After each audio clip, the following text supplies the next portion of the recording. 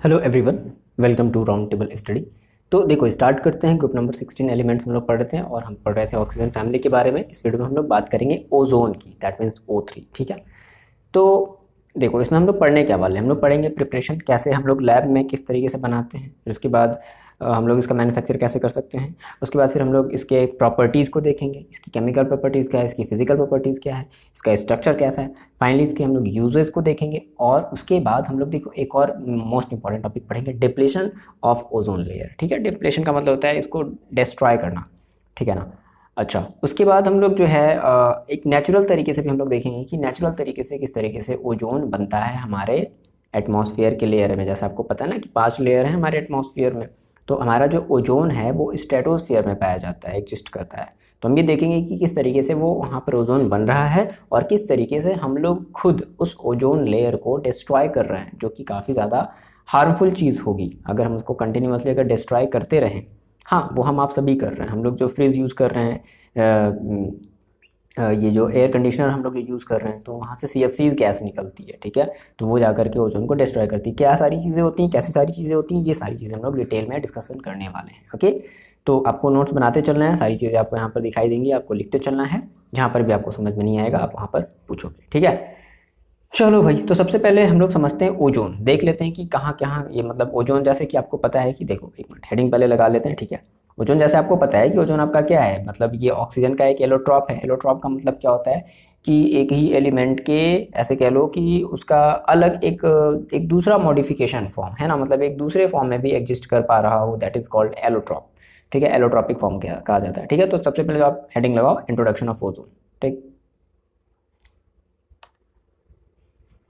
देखिए थोड़ा सा हम लोग नॉलेज लेते हैं ओजोन के बारे में। क्या है बेसिकली, ये एक ऑक्सीजन का एलोट्रॉपिक फॉर्म है। एलोट्रॉपिक फॉर्म मैंने आपको बताया कि एक से ज़्यादा कह सकते हो कि आप मतलब एक अलग मॉडिफिकेशन फॉर्म में ये एग्जिस्ट करता हो, दैट इज़ एलोट्रॉपिक फॉर्म। ठीक है, जैसे कार्बन का एलोट्रॉप होता है उसी तरीके से ऑक्सीजन का एलोट्रॉप है, एलोट्रॉपिक फॉर्म है ओजोन, है ना।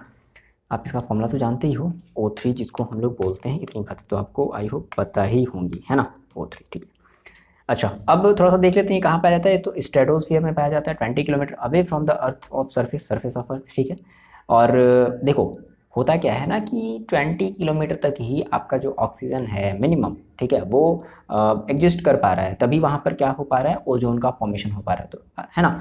अच्छा, ये जो ओजोन लेयर बन रहा है ये बनता कैसे है, तो देखो होता क्या है कि it is formed by action of ultraviolet rays, जिसको आप यूवी रेज के नाम से जानते हो, है ना। तो जो यूवी रेज होती है, जब वो ऑक्सीजन से जब वो रिएक्ट करता है, कैसे होगा अभी हम ये आगे देखेंगे, डोंट वरी, टेंशन मत लेना। फिलहाल अभी ऐसे समझो, केवल समझ लो, या ये मतलब एक नॉलेज की चीज़ है। ठीक है, कि अल्ट्रा वायलेट रेज से जब ये रिएक्ट करता है, क्या कौन रिएक्ट करता है, ऑक्सीजन, है ना। अल्ट्रा वायलेट, ये अल्ट्रा वायलेट रेसर कहाँ से है, सन से, है ना। तो जब वो रिएक्ट करेगा तो क्या बनाएगा, ओजोन बनाएगा, है ना। और उसी तो कौन से ये आपका जो एटमॉस्फेयर है वो है स्ट्रेटोस्फियर। ठीक है, तो पूरे के पूरे स्ट्रेटोस्फियर में नहीं बनाता है, बहुत ही, जैसे स्ट्रेटोस्फियर मान लो थोड़ा सा थिकनेस होगा, मान लो यहाँ से यहाँ तक हम कह रहे हैं कि ये पूरा स्ट्रेटोस्फियर है, ये दूसरी लेयर है। ठीक है, तो यहाँ तक, जैसे ये जो यहाँ तक का ये जो रीजन हो गया, इस रीजन में क्या बनेगा, हमारा ओजोन लेयर बनेगा। डोंट वरी, डिटेल में डिस्कस करेंगे। ठीक है, फिलहाल इतनी बात आपको समझ में आई। अच्छा, अब देखो ये जो ओजोन लेयर है सर, ये इंपॉर्टेंट क्यों, इतना ओजोन लेयर इंपॉर्टेंट क्यों है, तो करता क्या है, ये एक ब्लैंकेट की तरह काम करता है। ब्लैंकेट मतलब जैसे सर्दी लगती है तो आप कंबल ओढ़ लेते हो, है ना, रजाई वगैरह ओढ़ लेते हो, तो वैसे ये ओजोन लेयर भी एक ब्लैंकेट की तरह काम करता है। क्या करता है, ये जो भी हार्मफुल रेज, अल्ट्रावायलेट रेज हैं, ये उनसे हमें बचाता है। अगर ये आने लगेंगी तो हमें बहुत सारी डिजीज़ हो जाएगी, कैंसर होगा, लंग कैंसर होगा, ब्रेस्ट कैंसर होगा, बहुत सारे डिजीज़ हो जाएंगे। इवन जो है आकस्मिक डेथ जिसको आप बोलते हो, सडन डेथ आप जिसको बोलते हो, वो भी हो सकता है ना। तो इन सब अल्ट्रा वायलेट रे से बचाने के लिए ओजोन का लेयर हमारे एटमॉस्फेयर में बहुत ही ज़्यादा इंपॉर्टेंट है। बट हम अपनी कह लो कि अज्ञानतावश या ऐसी चीज़ों का यूज़ कर रहे हैं जिनकी वजह से ओजोन का जो लेयर है वो डिप्लीट होता जा रहा है, ख़त्म होता जा रहा है। ठीक है, फिनिश होता जा रहा है। चलो इनको भी हम लोग बाद में समझेंगे। तो ओजोन के बारे में इतनी बेसिक सी बातें आपको समझ में आई। ठीक है, नेक्स्ट हम लोग बात करते हैं कि सर हम लोग, अब अगर हम लोग यहाँ पर हैं, अपने अर्थ पर हैं, तो अब हमें ओजोन को अगर हमें बनाना होगा, सर बनाना क्यों, ऑलरेडी बन रहा है, नहीं नहीं, तो हम एटमॉस्फेयर में थोड़ा ना जाएंगे लेने, वहाँ पर उतनी दूर, वहाँ से थोड़ा लाएंगे ओजोन। तो हमें क्या करना है, हमें यहाँ पर बनाना है, लैब में बनाना है। ठीक है, तो हम बात करते हैं प्रिपरेशन ऑफ ओजोन की, बात करते हैं कैसे प्रिपेयर करते हैं।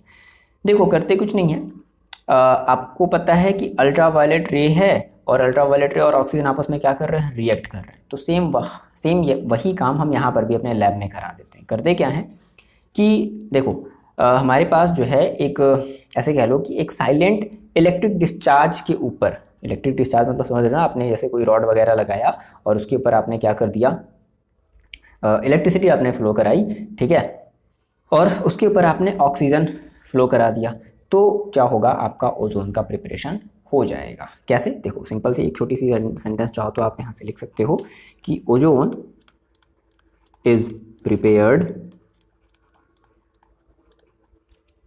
बाय पासिंग, क्या पास, देखो क्या पास हमें कराना है, ऐसे बोल दिया जाए पासिंग साइलेंट, साइलेंट क्यों बोल रहे हैं बता रहे हैं आपको, रुक जाओ, साइलेंट इलेक्ट्रिक डिस्चार्ज। देखो साइलेंट इलेक्ट्रिक डिस्चार्ज का मतलब क्या है पता है, साइलेंट इलेक्ट्रिक डिस्चार्ज का मतलब है स्पार्कलेस, स्पार्किंग नहीं होनी चाहिए, ठीक है, silent, that is called silent electric discharge, ठीक है, in pure dry oxygen. Oxygen तो भाई है हमारे एटमॉस्फेयर में, ऑक्सीजन है, ज़रूरत तो मतलब कमी तो है नहीं, ठीक है, लेकिन वो कभी कभी हो जाती है हॉस्पिटल में, है ना, बट ऐसा जाने तो ठीक है, वो बात की बात है। तो आज अपने टॉपिक पर हम ये कह रहे हैं कि साइलेंट मतलब ये मतलब स्पार्कलेस इलेक्ट्रिक डिस्चार्ज को हम क्या करा दें, पास करा दें किस पर, प्योर ड्राई ऑक्सीजन में अगर हम पास करा देंगे तो हमारा क्या बन जाएगा, ओजोन हमारा प्रिपेयर्ड हो जाएगा। देखो कुछ इस तरीके से, जैसे हमारे सर मैंने कहा कि मेरे पास O2 है और O2 पर मैंने क्या किया, एक साइलेंट, ठीक है, इलेक्ट्रिक डिस्चार्ज मैंने पास करा दिया, तो क्या बन गया, सर, ओजोन बन गया।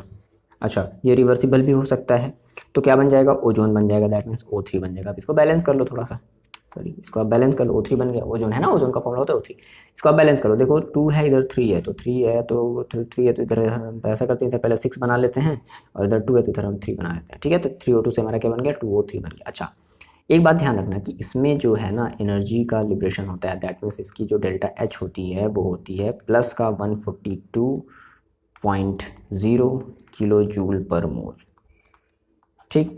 इसलिए हम क्या कहते हैं कि हमारी जो ओजोन है एक बहुत ही अच्छी ऑक्सीडाइजिंग एजेंट है, समझ रहे हो, ऑक्सीडाइजिंग एजेंट है, ये चीज़ों को ऑक्सीडाइज कर देती है। अभी इसके बारे में डिटेल में बताएंगे आपको, डोंट वरी। तो यहाँ से फिलहाल आपको एनर्जी का लिबरेशन देखना है कि एनर्जी का लिबरेशन कितना हो रहा है, 142.0 किलो जूल पर मोल हो रहा है। तो इस तरीके से आपका क्या हुआ, ओजोन प्रिपेयर्ड हो गया। अब देखो इंपॉर्टेंट कुछ बात और आपको ध्यान रखनी है, तो ओजोन हमने लैब में तो बना लिया, बना रहे हैं, बट होता क्या है कि हम कुछ इंस्ट्रूमेंट का, हम कुछ जो है एक ऐसे कह लो कि हाँ इंस्ट्रूमेंट ही कह सकते हैं, या फिर ऐसे कह लो कि हम एक ऑपरेटस यूज़ करते हैं क्या बनाने के लिए, ओजोन बनाने के लिए। तो ओजोन बनाने के लिए हम जिस ऑपरेटस का यूज़ करते हैं उसे हम लोग बोलते हैं ओजोनाइज़र। क्या बोलते हैं सर, ओजोनाइज़र। तो ऐसे आप इस बात को लिख लो नोट करके कि द apparatus, ARATUS, ठीक है, the apparatus used for making ozone is called ozonizer, ठीक है। ओजोनाइज़र हम क्या करते हैं, ओजोनाइज़र बनाते हैं। अब देखो बेसिकली हमारे जो ओजोनाइज़र होते हैं वो 2 तरीके के होते हैं, मतलब हम लोग जो लैब में, इतनी चीज़ें आप पहले लिख लो, ठीक है। तो हम लैब में जो ओजोन बना रहे हैं हम बेसिकली 2 तरीके के ऑपरेटर्स का यूज़ करते हैं, ओजोनाइज़र ही यूज़ करेंगे, लेकिन वो अलग अलग पर्सन के नेम पर हैं, तो इस वजह से उनका अलग अलग नेम देते हैं। तो फर्स्ट जो हम लोग ओजोनाइज़र यूज़ करते हैं, आप बता दो कि देयर आर 2 टाइप्स ऑफ ओजोनाइज़र, ठीक है। फर्स्ट आपका हो सकता है, आप इसको बोल लो साइमेंस, बोल लो साइमेंस ओजोनाइज़र, एंड नेक्स्ट आपको जो पढ़ना है वो है ब्रॉडी ओजोनाइज़र। बहुत ज़्यादा डिटेल में नहीं पढ़ना, सिंपल एक ओवरव्यू, एक नॉलेज लेना, ठीक है, कि कैसा क्या फिगर कैसा होता है। तो ब्रॉडी ओजोनाइज़र, ब्रॉडी ओजोनाइज़र। तो ये आपको 2 टाइप के ओजोनाइजर्स पढ़ने हैं। ओजोनाइज़र क्या है, ओजोनाइज़र के थ्रू हम लोग ओजोन को प्रिपेयर करते हैं, दैट इज़ कॉल्ड, एक प्रैक्टिस है जिसके थ्रू हम लोग ओजोन को प्रिपेयर कर रहे हैं, दैट इज़ कॉल्ड ओजोनाइज़र, ठीक है। तो सबसे पहले आप हेडिंग लगा लो साइमन्स ओजोनाइज़र, देखो जी, बात करते हैं हम सबसे पहले हमारा जो ओजोनाइज़र है वो है साइमंस ओजोनाइज़र। ठीक है, होता क्या है बेसिकली कुछ नहीं, ये आपका कोएक्सियल क्लास के बारे में जानते हो, मतलब जिनकी एक ही एक्सिस हो, मतलब ऐसे देखो कुछ इस तरीके से इसका स्ट्रक्चर आपको बता रहे हैं, कुछ इस तरीके से इसका स्ट्रक्चर जो है होता है। ठीक है, कोएक्सियल क्लास देखो कुछ इस तरीके से। यहाँ से जो है हम ड्राई ऑक्सीजन को डालते हैं। ठीक है, और कुछ हमारा ये इस तरीके से ग्लास होता है ना। ध्यान से समझो, एक मिनट समझो।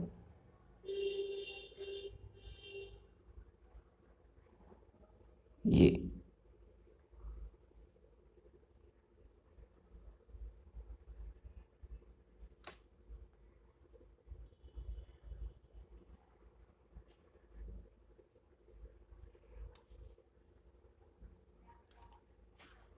एक मिनट है, एक मिनट, ड्राइंग तो वैसी ही है मेरी बच्चे क्या ठीक है, तो ये आपका कोएक्सियल ग्लास है। ठीक है, कुछ इस तरीके से होता है।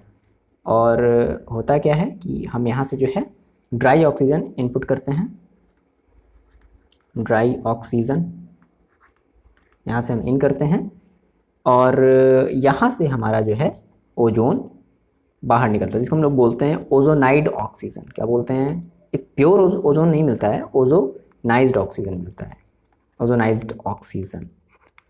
ठीक है, और इसमें लगभग आपका इस ओजोनाइड ऑक्सीजन में 10 से लेकर के 15% तक ही केवल ओजोन रहता है ना। 10 से लेकर के कितना? 15%। ये इंपॉर्टेंट चीज़ है।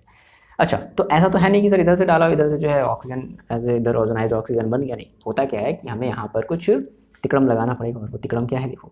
तो इसके अब भाई ये ग्लास ट्यूब है ना, ये क्या है? ये पूरी पूरी एक आपकी ग्लास ट्यूब है, समझ रहे हो? ये जो है ना, ये ग्लास ट्यूब है, ग्लास ट्यूब। बट आपने तो पढ़ा था सर, इसमें तो हम जो है वो क्या करते थे, इसमें हम लोग जो है इलेक्ट्रिक डिस्चार्ज हम लोग इसमें फ्लो कराते थे। तो अब कैसे किया जाए, इलेक्ट्रिक डिस्चार्ज कैसे किया जाए? तो उसके लिए हम लोग यहाँ पर क्या लगाते हैं, हम लोग यहाँ पर टिन का जो है फॉइलिंग कर देते हैं, है ना, इस तरफ।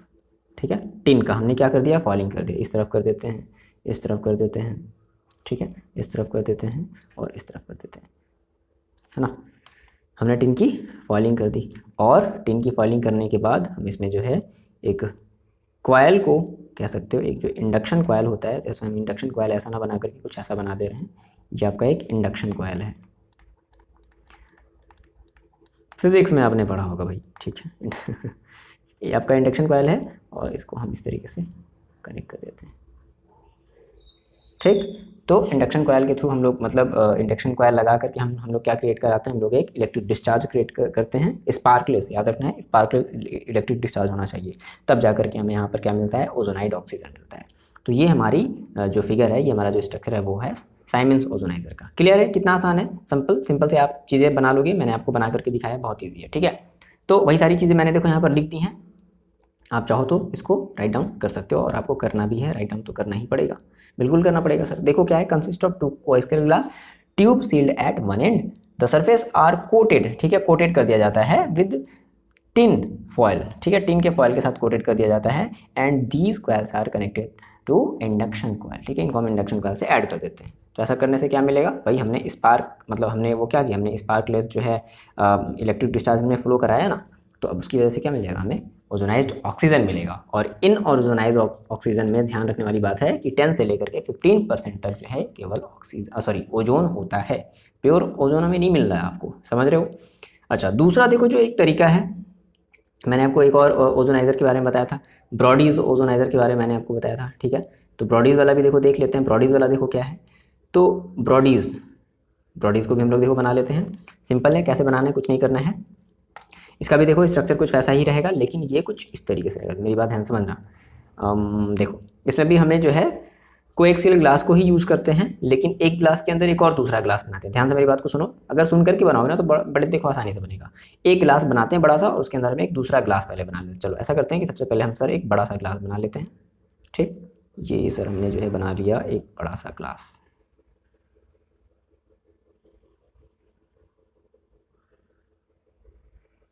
मिटाएंगे तो पूरा मिट जाएगा। ओहो, ठीक है।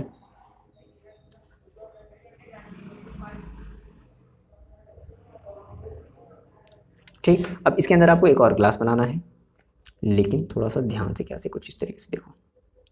यहाँ पे आपको एक छोटी सी जगह छोड़नी है, और ये जाएगा इस ग्लास के अंदर। ये पूरा का पूरा हमारा जो सॉल्यूशन रहेगा, डाइल्यूट H2SO4 का पूरा सॉल्यूशन रहेगा। बता रहे हैं, रुक जाओ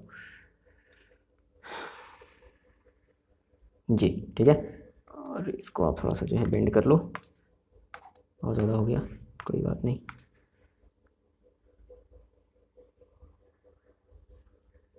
ठीक, ये इनर वाला वॉल है तो इनर वाला वॉल पूरा क्लोज रहेगा, ठीक है।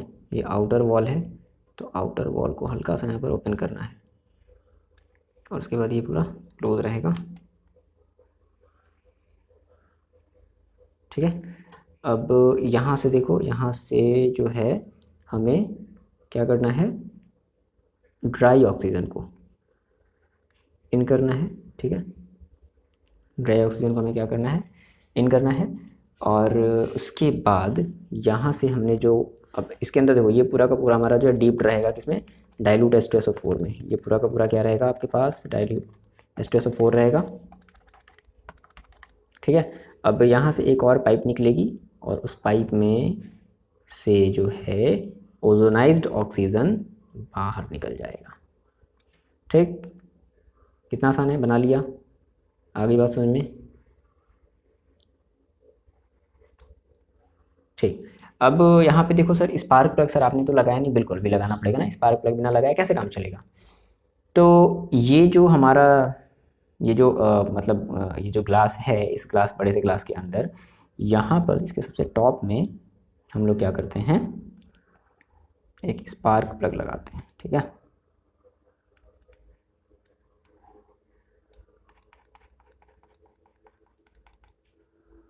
एक मिनट, गड़बड़ हो गया, यहाँ पर थोड़ा सा गड़बड़ काम हो गया है, ये बस हो गया, ठीक है। ये पैक्ड है पूरा, और यहाँ पर हमने एक स्पार्क प्लग लगाना है, तो थोड़ा सा कुछ सीमेंट वाइमेंट वगैरह का ऐसा कुछ करना पड़ेगा ना, ठीक है। तो एक स्पार्क प्लग यहाँ पर, ये जो है पूरा का पूरा डीप्ड रहेगा आपका H2SO4 में, इस वाले H2SO4 में डीप्ड रहेगा, ठीक। और यहाँ से आपने एक स्पार्क प्लग निकाल दिया, और एक स्पार्क प्लग बाहर वाले H2SO4 में क्या रहेगा, डीप्ड रहेगा,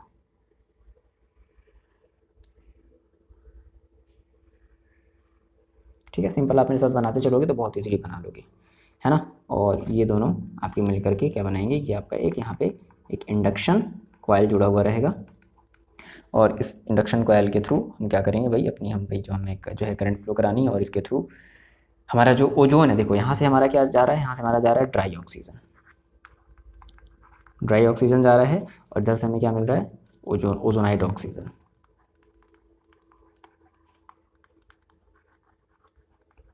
और दोनों ही केस में हमें वही लगभग 10 से 15% तक का ही हमें क्या मिलता है, ओजोनाइड, मतलब सॉरी, ओजोन मिलता है, ठीक है। आ रही बात समझ में, ये सिंपल है ना। यहाँ पर आप बता दो, ये आपका क्या है, ये आपका डाइल्यूट H2SO4 है, H2SO4 है। और ये आप बता दो, यहाँ से आपका ओजोनाइड ऑक्सीजन निकल रहा है, यहाँ पर आपका जो है इंडक्शन कॉइल अटैच्ड होता है, और ये आपका जो है प्लेटिनम इलेक्ट्रोड होता है ना, ये जो इलेक्ट्रोड है ये आपका प्लेटिनम इलेक्ट्रोड है, इसमें हम लोग प्लेटिनम इलेक्ट्रोड को यूज़ करते हैं, ठीक है। और ये आपका प्लेटिनम, ये वही चीज़ है, ठीक है। देखो सिंपल, मैंने आपको वही चीज़ यहाँ पे बताया, पहले तो आप इसका फिगर बना लो, ठीक है। फिगर बनाने के बाद या आप इसका स्क्रीनशॉट ले लो, जैसे भी आप कर सकते हो, फिगर बना लो, ज़्यादा अच्छा रहेगा। नोट्स आप खुद से बनाओ, ज़्यादा अच्छा रहेगा, ठीक है। स्क्रीनशॉट के चक्कर में ना पड़ो आप लोग, बना लिया करो, बहुत काम देगा, बहुत ही ज़्यादा काम देगा, बहुत ही ज़्यादा, ठीक है। चलो, जब ये सब सारी चीज़ें खत्म हो जाएंगी तो कोशिश करेंगे बाद में इनके PDF अपलोड कर देने के लिए, ठीक है, बाद में, अभी नहीं। बट क्योंकि सारी चीज़ें आपको सामने नज़र आ रही हैं, इसलिए हम कह रहे हैं बाद में, है ना। क्योंकि पिछले वाले सारे चैप्टर के मैंने अपलोड किए हैं, क्योंकि मैं वहाँ पर जो है सारी चीज़ें लिखता नहीं था, इस वजह से अपलोड कर देता था। बट इसमें सारी चीज़ें हम लिख दे रहे हैं, इस वजह से हम कह रहे हैं बाद में करेंगे, लेकिन करेंगे, ठीक है। चलो देखो, तो वही है, same consist of two coaxial glass attach to U shaped tube, ठीक है। एक यू शेप्ड ट्यूब से क्या होता है, ये अटैच्ड होता है। अब जो इनर ट्यूब है वो भी हमारा क्या होता है, फिल्ड होता है डाइल्यूट H2SO4 एसिड से, और उसमें हमारा एक प्लेटिनम जो इलेक्ट्रोड है वो इसमें डीप किया हुआ रहता है, ठीक है। इस तरीके से हम लोग फिर एक कंडक्शन इंडक्शन कॉयल हम लोग लगाते हैं, जिसके थ्रू हम लोग जो है डिस्चार्ज जो है इलेक्ट्रिक डिस्चार्ज फ्लो कराते हैं, इलेक्ट्रिक करंट हम लोग फ्लो कराते हैं स्पार्कलेस, है ना। इसमें भी वही हम लोग स्पार्कलेस यूज़ करेंगे और इस तरीके से हमारा जो है ओजोन फाइनली हमारा जो ड्राई ऑक्सीजन है वो ओजोन में कन्वर्ट हो जाएगा। प्योर ओजोन नहीं मिलेगा, 10 से 15% तक का हमें मिलेगा, ठीक है। तो ये हमने बात कर ली किसकी, ब्रॉडीज ओजोनाइजर की। नेक्स्ट हम लोग बात करते हैं प्रॉपर्टीज ऑफ ओजोन, क्या है प्रॉपर्टीज। तो वही हमें प्रॉपर्टीज देखनी है, एक हमें देखनी है फिजिकल प्रॉपर्टीज और एक हमें देखनी है केमिकल प्रॉपर्टीज। ओके, तो हेडिंग लगा लो प्रॉपर्टीज ऑफ ओजोन। देखिए बात करते हैं प्रॉपर्टीज़ ऑफ ओजोन की, ठीक है। तो सिंपल कुछ नहीं, सबसे पहले हम लोग बात कर लेते हैं फिजिकल प्रॉपर्टीज़ की। क्या है यहाँ पर सारी चीज़ें देखो आपको जो है मिल जाएंगी लिखी हुई। फर्स्ट है कि it was pale blue gas having pungent order, ठीक है। मतलब पीले कलर का होता है और पंजेंट ऑर्डर, पंजेंट ऑर्डर मतलब समझते हो ना, ये था हल्का तीखा, मतलब जो सूंघने में थोड़ा सा मतलब कैसा कहें इसको, तीखा लगे। तीखा कैसा कह सकते हैं, तीखा अब ये सूंघोगे तभी पता चलेगा। तो पंजेट है ना, जो है पंजेट स्मेलिंग का ये मतलब आता है, ठीक है। उसके बाद स्मॉल अमाउंट, देखो अगर आप इसको स्मॉल अमाउंट में ले रहे हो, वैसे सूंघना तो नहीं, लेकिन अगर आप इसको स्मॉल अमाउंट में ले रहे हो तो ये आपको जो है हेडेक क्रिएट कर देगा, और अगर आपने इसको लार्ज क्वांटिटी में ले लिया तो फिर आपके लिए एक पॉइजन की तरह एक्ट करेगा, ठीक है। तीसरी जो प्रॉपर्टीज है इसकी, फिजिकल जो प्रॉपर्टीज है तीसरी, वो ये है कि ये एयर से भारी होता है, हैवियर देन एयर। नेक्स्ट हम ये बता सकते हैं कि it is slightly soluble in water. देखो वाटर में बहुत ही थोड़ा सॉल्युबल होता है, स्लाइटली सॉल्युबल है किसमें, वाटर में, बट मोर सॉल्युबल, ज़्यादा सॉल्युबल है किसमें है, टर्पेंटिन ऑयल में, जिसको आप तारपीन का तेल कहते हो, ठीक है। ग्लेशियल एसिटिक एसिड में ये ज़्यादा सॉल्युबल है, एंड कार्बन टेट्राक्लोराइड में ये ज़्यादा सॉल्युबल है। ये बात ध्यान रखनी है, वाटर में लेस सॉल्युबल है बट इन तीनों में ये ज़्यादा सॉल्युबल है। नेक्स्ट इसकी जो मोस्ट इंपॉर्टेंट प्रॉपर्टी है वो है कि ये एक डायमैग्नेटिक इन नेचर है। डायमैग्नेटिक ये नेचर को रिप्रेजेंट करता है कौन, ओजोन, और ऑक्सीजन आपका पैरामैग्नेटिक नेचर को शो करता है, ठीक है। तो ये बेसिक से हमने बात कर ली इसके फिजिकल प्रॉपर्टीज़ की। अब हम लोग बात करते हैं इसके केमिकल प्रॉपर्टीज़ की। देखो केमिकल प्रॉपर्टीज़ में बहुत सारी प्रॉपर्टीज़ आएंगी, तो इसमें आपको एक जो बेसिक सा जो नॉलेज लेना है वो आपको लेना है ऑक्सीडाइजिंग। जैसे कि आपको पता है कि ओजोन आपका एक स्ट्रॉन्ग ऑक्सीडाइजिंग एजेंट है, नहीं पता है तो समझ लो, मैंने आपको वहाँ पे भी बताया था, ठीक है। मैंने जब ओजोन बनाया था तो वहाँ से एनर्जी जो है लिबरेट हो रही थी, ठीक है। तो ओजोन क्या है, एक ऑक्सीडाइजिंग एजेंट है। अब ऑक्सीडाइजिंग एजेंट का मतलब क्या होता है, देखो ऑक्सीडाइजिंग एजेंट का मतलब होता है कि जो, ऐसा कह लो कि जो ऑक्सीजन को डोनेट करता है, ठीक है ना, जो ऑक्सीजन को क्या करता है, डोनेट करता है, या एक ऐसा एजेंट जो हाइड्रोजन को गेन करता है। दो बातें मेरी ध्यान से सुनना, ठीक है। चलो हम इसको लिखते हैं, देखो तो हेडिंग लगा लो, सबसे पहले आप लगा लो केमिकल प्रॉपर्टीज। बात करते हैं केमिकल प्रॉपर्टीज़ की। तो सबसे पहला इसका जो केमिकल प्रॉपर्टीज़ है वो है एक्शन विद लिटमस। देखो बेसिकली क्या होता है कि ये लिटमस से जब रिएक्शन करता है, मतलब लिटमस पेपर जानते हो ना, ब्लू रेड, तो कोई भी कलर शो नहीं करता है ना। Ozone is neutral towards litmus because it does not give any colour change. तो समझ लो, तो मतलब लिटमस से कोई भी नहीं, ऐसा नहीं कि नहीं ब्लू को रेड में रेड नहीं, ऐसा कुछ नहीं किया। नेक्स्ट बात करते हैं डिकम्पोजिशन की। देखो ये बहुत ही जल्दी डिकम्पोज हो जाता है ना। बेसिकली ऐसा देखा गया है कि जब हम ओजोन को गर्म करें, ठीक है, तो वो क्या हो गया, वो तुरंत ही ऑक्सीजन में कन्वर्ट हो गया और बहुत ही ज़्यादा एनर्जी उसने क्या किया, रिलीज़ किया। तो सोचो अगर ज़्यादा एनर्जी अगर रिलीज़ कर रहा है तो इसकी एनर्जी कैसी होगी, नेगेटिवली होगी। और अगर एनर्जी रिलीज़ कर रहा है दैट मीन्स ये क्या हो रहा है, ये हमारा एक थर्मोडाइनमिकली अनस्टेबल है। भाई एनर्जी रिलीज़ कर रहा है तो थर्मोडाइनमिकली क्या है, अनस्टेबल है ना। अब थर्मोडाइनमिकली अनस्टेबल होने की वजह से हम ये कह पा रहे हैं, देखो कि अगर हमने मान लो किसी प्योर ओजोन को क्या किया, ऐसे समझो कि हमने प्योर ओजोन को हमने डिकम्पोज किया, तो बहुत ही ज़्यादा वो एक्सप्लोसिव होगा, ठीक है, एक्सप्लोसिव नेचर का होगा as comparison to ionised oxygen ना। तो इस बात को थोड़ी सी आप ऐसे लिख लो, क्या आप यहाँ पर ये बता दो कि डिकम्पोजिशन, यहाँ पर पहले तो आप इसका एक रिएक्शन ले लो, क्या कि हम मान लो ओजोन को हम डिकम्पोज कर रहे हैं, दैट मीन्स O3 है और O3 को हम करना चाहते हैं डिकम्पोज। तो हमने टेम्परेचर दिया लगभग 573 केल्विन, ठीक है। तो हमारा ये बन गया O2, बैलेंस कर लिया जाए। बात को समझना है, यहाँ पर हम O3 को डिकम्पोज कर रहे हैं, वहाँ से इस स्टार्टिंग हमने क्या किया था, हमने O2 के हेल्प से O3 को बनाया था, ठीक है। तो लगभग चलो इसको बैलेंस कर लेते हैं, 2 है 3 है, तो ऐसा कर लेते हैं कि इधर कर लेते हैं 2 और इधर कर लेते हैं 3, ठीक है, 3O2 बन गया। अब डिकम्पोजिशन के बारे में एक खास बात क्या है कि अगर हम कंसनट्रेटेड ओजोन को अगर डिकम्पोज करें तो वो हाईली एक्सप्लोसिव होगा, ठीक है। तो इस बात को आप लिख लो क्या, कि डिकम्पोजिशन ऑफ प्योर ओजोन, ठीक है। प्योर ओजोन का मतलब क्या है कि हाईली कंसनट्रेटेड, इसको लिख लो आप, हाईली कंसंट्रेटेड, ठीक है, decomposition of pure ozone occurs occurs with an explosive, ठीक है, ये एक्सप्लोसिव के साथ होगा, ठीक है। अच्छा, और ऐसे कह लो कि मान लो जैसे हमारा जो ओजोनाइज्ड ऑक्सीजन मिल रहा था, अभी इसके पहले हमने देखा ना हमें क्या मिल रहा था, जब हम लोग मेथड ऑफ प्रिपरेशन पढ़ रहे थे तो हमें क्या मिल रहा था, हमें ओजोनाइड ऑक्सीजन मिल रहा था। तो ओजोनाइड ऑक्सीजन को अगर हम डिकम्पोज करेंगे तो वो इतना ज़्यादा एक्सप्लोसिव नेचर का नहीं होगा, कंपेरेटिवली, इसके कंपेरेटिवली क्या होगा, स्लोअर होगा। तो आप ये बता दो कि वाइल ओजोनाइज्ड ऑक्सीजन, क्योंकि आपने देखा था कि ओजोनाइज्ड ऑक्सीजन में ओजोन की जो अमाउंट थी बहुत ही कम थी, ठीक है, इज कंपैरेटिवली स्लोअर। आ रही बात समझ में? तो ये चीज़ें आप चाहो यहाँ से लिख सकते हो, इंपॉर्टेंट चीज़ें लिख लेना, काम आएगा। नाउ नेक्स्ट हमारी जो मोस्ट इंपॉर्टेंट जो हमारा केमिकल रिएक्शन होने वाला है वो है ऑक्सीडाइजिंग एजेंट, ठीक है। तो सबसे पहले आपको थोड़ा सा बात समझना है किसके बारे में, ऑक्सीडाइजिंग एजेंट के बारे में थोड़ा सा आपको चीज़ों को समझना पड़ेगा। तो हेडिंग लगा लो आप, नेक्स्ट हेडिंग लगा लो ऑक्सीडाइजिंग एजेंट, है ना, ये जो भी आपका नंबर होगा, ऑक्सीडाइजिंग एजेंट। अब देखो, अगर आपको ऑक्सीडेशन रिडक्शन का कॉन्सेप्ट अगर क्लियर है, ऑक्सीडाइजिंग एजेंट का ऑक्सीडेशन का कॉन्सेप्ट अगर क्लियर है तो ठीक है, आप वीडियो को जल्दी से स्किप करो। नहीं क्लियर है तो एक छोटा सा आप एक क्विक समरी देख लो। देखो यहाँ पर आपको कन्फ्यूजन किस में होगा, दो बातों में आपको कन्फ्यूजन होगा। हम यहाँ पर बहुत ज़्यादा कुछ डिस्कशन नहीं करेंगे, हम आपको बताने वाले हैं, एक डिफरेंस बताने वाले हैं कि सर ऑक्सीडाइजिंग एजेंट में और ऑक्सीडेशन में क्या फ़र्क होता है, ठीक है ना। मेरी बात सुनना ध्यान से, एक नोट्स करके ऐसे लिख लो कि डिफरेंस बिटवीन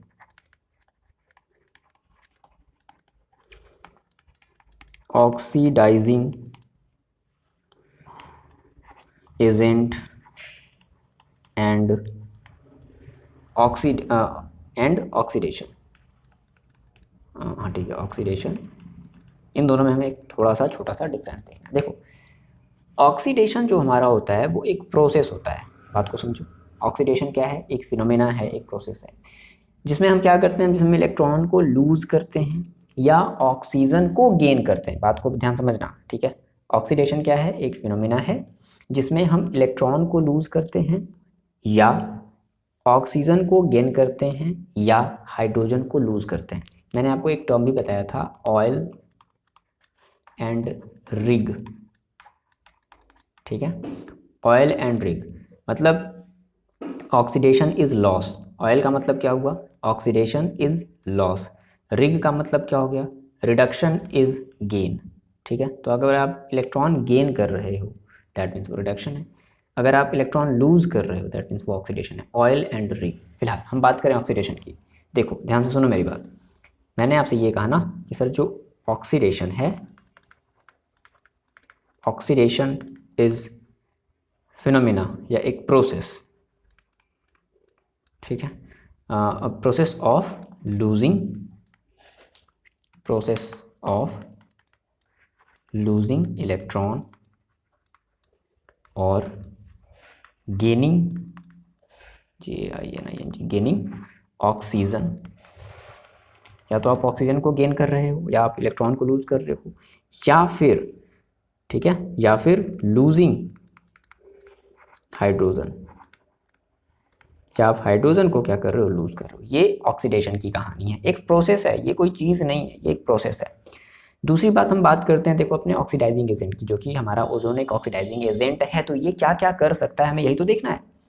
ऑक्सीडाइजिंग एजेंट देखो क्या होता है, ऑक्सीडाइजिंग एजेंट की अगर हम बात करें सर, ऑक्सीडाइजिंग एजेंट, ठीक है, देखो ये हमारा एक सब्सटेंस होता है जो कि इलेक्ट्रॉन को डोनेट करता है या ऑक्सीजन को डोनेट करता है। ध्यान से मेरी बात सुनो, हम क्या कर रहे हैं, ऑक्सीडाइजिंग एजेंट जो है is a substance which donate electron और और क्या डोनेट करता है, और डोनेट ऑक्सीजन, या फिर अगर गेन करना होगा तो क्या गेन करेगा सर, हाइड्रोजन, ठीक है, और गेन्स हाइड्रोजन। तो ये बेसिक सा फर्क है ऑक्सीडाइजिंग एजेंट में और ऑक्सीडेशन में, जस्ट अपोजिट होगा, ध्यान रखना, ठीक है ना। या फिर अगर आप एक सिंपल से वर्ड्स में अगर ऑक्सीडाइजिंग एजेंट को अगर डिफाइन करना चाहो तो वो खुद क्या होता है, रिड्यूस्ड होता है। जैसे देखो अभी आपने देखा ना, डिकम्पोज हो गया ना, ओजोन क्या हो गया, डिकम्पोज हो गया, हाईली तरीके से डिकम्पोज हो गया, एनर्जी भी रिलीज कर दिया, ठीक है। तो ऑक्सीडाइजिंग एजेंट के बारे में आप ये बात ये भी लिख सकते हो कि ऑक्सीडाइजिंग एजेंट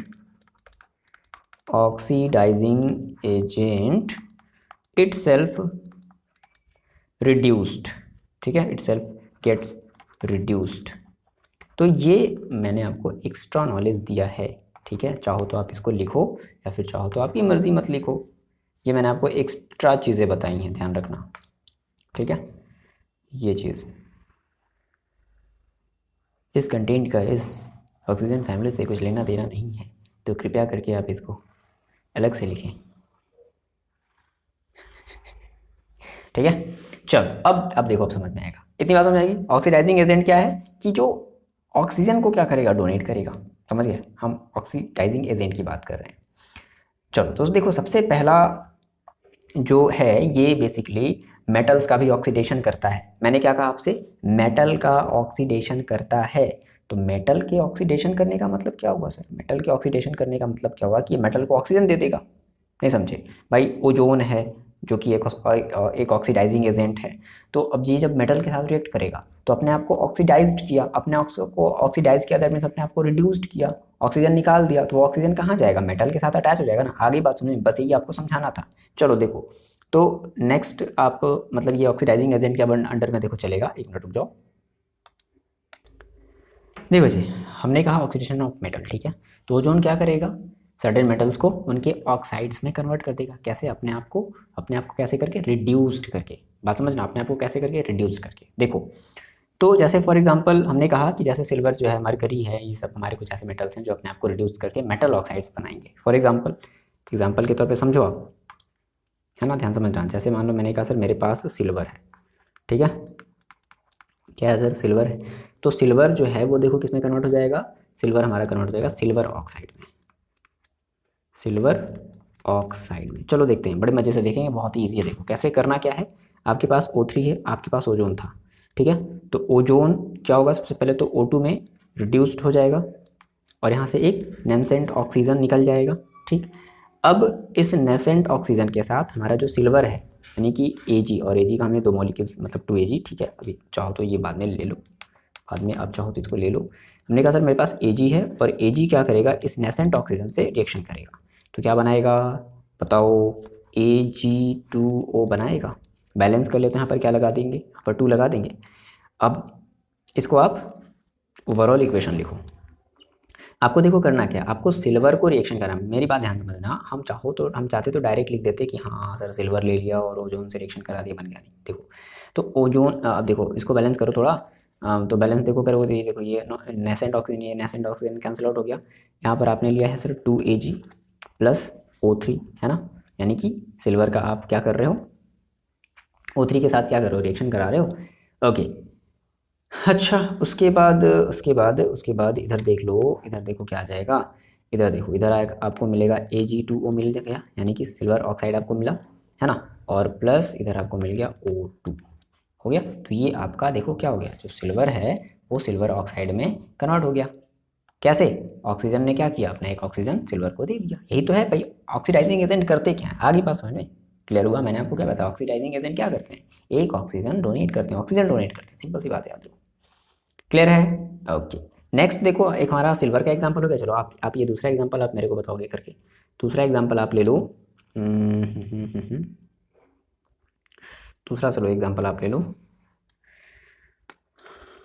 दूसरा एग्जांपल मरकरी का ले लो, ठीक है, Hg, ठीक है। तो ये जो मरकरी है, देखो मरकरी क्या हो जाएगा, मरकरी आपका जो है मर्क्यूरस ऑक्साइड में कन्वर्ट हो जाएगा। किस में कन्वर्ट हो जाएगा, मर्क्यूरस ऑक्साइड में, यानी कि इसको आप बोलते हो Hg2O। कैसे हुआ, कुछ नहीं करना है, सबसे पहले आपके पास O3 था, O3 क्या हुआ, जो है रिड्यूस्ड हो गया किसमें, O2 में, और यहाँ से इसने एक नेसेंट ऑक्सीजन बना लिया।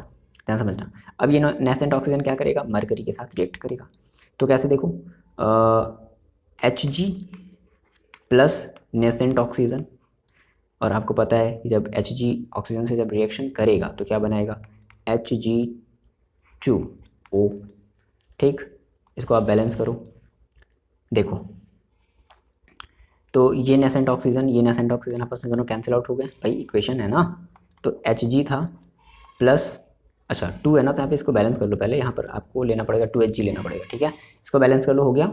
अब देखो ये Hg 2Hg है प्लस O3 है, और आपने इसका रिएक्शन कराया तो देखो क्या बना, Hg2O बना।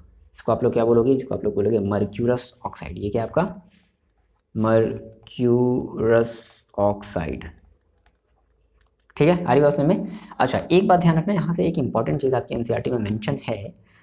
इंपॉर्टेंट क्या है, ध्यान देखो, यहाँ पे ये जो मर्क्यूरस ऑक्साइड बन रहा है जिसको आप Hg2O बोल रहे हो ना, तो इसको हम लोग बोलते हैं, जैसे ये जो अब जैसे होता है क्या जनरली कि जब Hg को आप किसी मतलब ये ग्लास में जब आप रखते हो, जो डॉक्टर के पास जो थर्मामीटर होता है उसमें आपने देखा होगा, तो वो उसमें चिपकता नहीं है, ठीक है ना, वो उसमें चिपकता नहीं है। लेकिन लेकिन लेकिन अब ये जो Hg2O बना है ना, ये आपका एक स्टिकिंग कैरेक्टर का, ये आपका जो है ये मतलब कह सकते हो कि ये Hg है, मतलब अब ये चिपकेगा ग्लास में। जनरली होता क्या है कि Hg नहीं चिपकता, लेकिन ये जो Hg2O बन गया तो ये अब आपके उस ग्लास में क्या करेगा, स्टिक करेगा।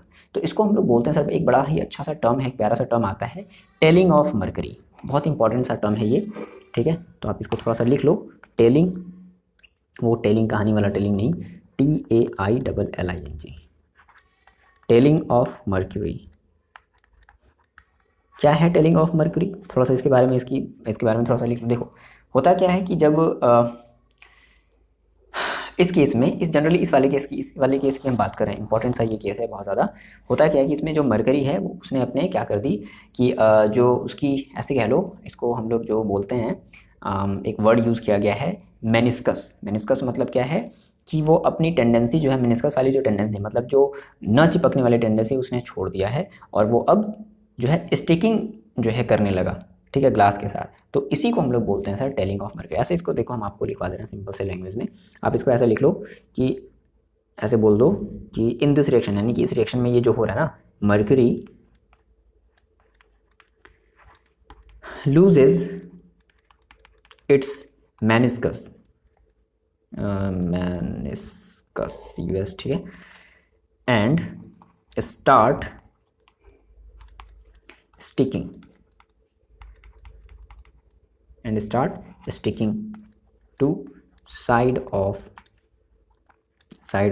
glass। ग्लास में वो क्या होगा, चिपकने लगा। This is known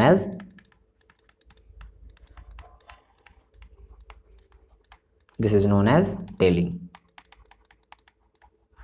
of mercury. This is known as tailing of mercury. आ रही बात में। तो ये एक इंपॉर्टेंट सा टर्म था, आपको जानना जरूरी था, ठीक है। तो अभी हमने क्या किया, अभी हमने मेटल्स का, इसको इस चीज़ को आप लिख लो, मेंशन कर लो अपनी कॉपी में। अभी हमने मेटल का ऑक्सीडेशन कराया, ध्यान से समझना। अभी हमने किसका ऑक्सीडेशन कराया सर, मेटल का ऑक्सीडेशन कराया। अब हम किसका ऑक्सीडेशन कराएंगे, नॉन मेटल का ऑक्सीडेशन कराएंगे। तो नॉन मेटल थोड़ा सा ज़्यादा है, देखो ध्यान से देखो। हम बात करें sir oxidation of non metals की, ठीक है, हेडिंग लगा लो ऑक्सीडेशन ऑफ नॉन मेटल्स। अभी हमारा ये ऑक्सीडाइजिंग वाला ही एजेंट चल रहा है, ठीक है, oxidation of non metal.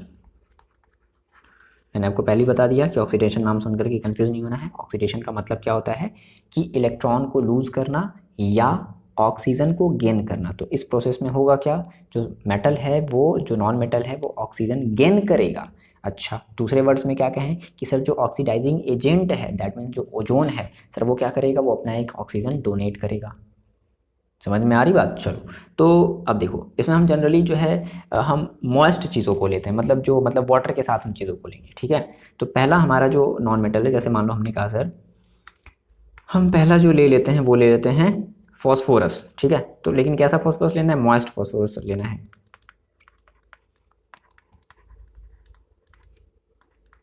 Moist phosphorus, PHORUS, moist phosphorus, ठीक है, फॉस्फोरस, ठीक है। अब इन प्रेजेंस ऑफ वाटर, यहाँ पे आप ये थोड़ी सी बात लिख दो तो ज़्यादा सही रहेगा। In presence of water is oxidised to phosphoric acid.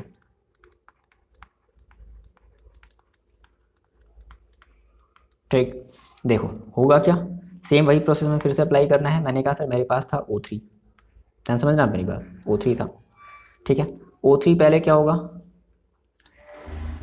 Reduced होगा, क्या मिलेगा, O2 प्लस नेसेंट ऑक्सीजन मिला। अब करना क्या आपको, फॉस्फोरस लेना है। चलो आपने ले लिया सर, आपने ले लिया, तो फॉस्फोरस हमें लेना है P4, ठीक है, प्लस नेसेंट ऑक्सीजन हमने लिया, रिएक्शन हुआ तो क्या बनेगा, P4O10। अच्छा O10 है, यानी कि हमें यहाँ पर कितने ऑक्सीजन लेने पड़ेंगे, 10 ऑक्सीजन लेने पड़ेंगे। ध्यान समझना, 10 नेसेंट ऑक्सीजन लेना पड़ेगा। इसका मतलब है कि हमें इस वाले रिएक्शन में 10 का मल्टीप्लाई भी करना पड़ेगा, इस पूरे में, यानी कि इस O3 में भी हमें 10 का मल्टीप्लाई करना पड़ेगा, ठीक है। अरे बात सुनिए, अच्छा अब देखो क्या हुआ, P4O10 बना। अब ये जो P4O10 है ये वाटर के साथ रिएक्ट करेगा, दैट मीन्स H2O, तो क्या बना देगा, ये आपका बना देगा फॉस्फोरिक एसिड। आपको फॉर्मूला पता है, sorry, H3PO4, that is called phosphoric acid. कई बार ये वर्ड आ चुका है तो आपको ध्यान रखने वाली बात है, ये फॉस्फोरिक एसिड, ठीक है। और यहाँ से देखो क्या मिल गया, प्लस का, एक मिनट रुक जाओ, यहाँ से इसको बैलेंस कर लो, एक मिनट, ये क्या हो गया, गड़बड़ हो गया, हट जाओ, देखो बैलेंस करो। तो आपने लिया सर, आपने लिया P4 लिया, देखो आपको P4 ही लेना है ना, आपको फॉस्फोरस लेना है, ठीक है। ये तो कट जाएगा यार, इसे ये देखो, ये इससे क्या हो गया, कैंसिल आउट हो गया, सब्ट्रैक्ट हो गया, 0 हो गया। P4 लिया और आपने कितना, ओजोन को आपने जो है 10, देखो आपने 10 O3 लिया, ठीक है। ये 10 है, ये O नहीं, 100 क्या किया जाए, एक मिनट रुको, ये है 10 और ये है O3, ठीक है। अब देखो, और इधर क्या हुआ, और इधर आपने H2O भी लिया है तो H2O भी इधर लिख लो, ऐसे तो लिखते हैं ना रिएक्शन को। अच्छा इधर देखो क्या बचा, इधर ये देखो आपका ये कैंसिल आउट, ये पूरा का पूरा, ये 10 से 10 ये O कैंसिल आउट हो गया। इधर आपका बचा, पहले तो ये बच गया आपका क्या, H3PO4, ये आपका बचा। अच्छा उसके बाद सर ऐसा है कि इधर देखो और क्या बचा, इधर आपका बचा है O2, और कितना O2, 10 O2 प्लस का 10 O2।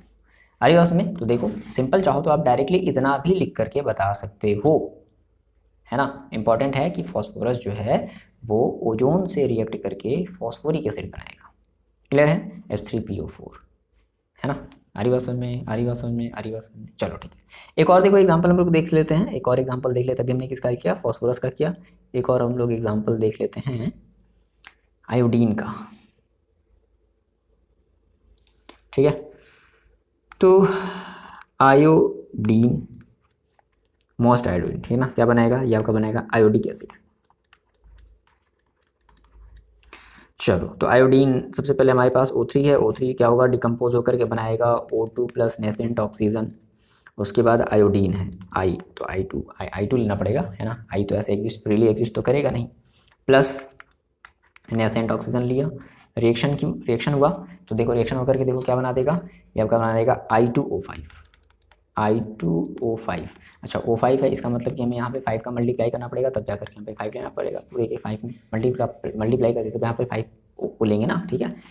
अच्छा अब इस I2O5 को हम क्या करेंगे, वाटर से रिएक्ट करा देंगे, I2O5 प्लस H2O, देखो क्या बन जाएगा, ये आपका बन जाएगा आयोडिक एसिड, जिसको हम लोग बोलते हैं HiO3, ठीक है। बैलेंस कर लो, यहाँ पर देखो आयोडीन कितना है, इधर 2 है, तो इधर भी आपको क्या करना पड़ेगा, 2 करना पड़ेगा, और आयोडीन 2 हो गया, हाइड्रोजन तो इधर 2 है, ऑक्सीजन इधर 6 है, ठीक है। इसको बैलेंस कर लो आप, देखो तो ये 5 से ये 5 आपका कैंसिल आउट हो गया।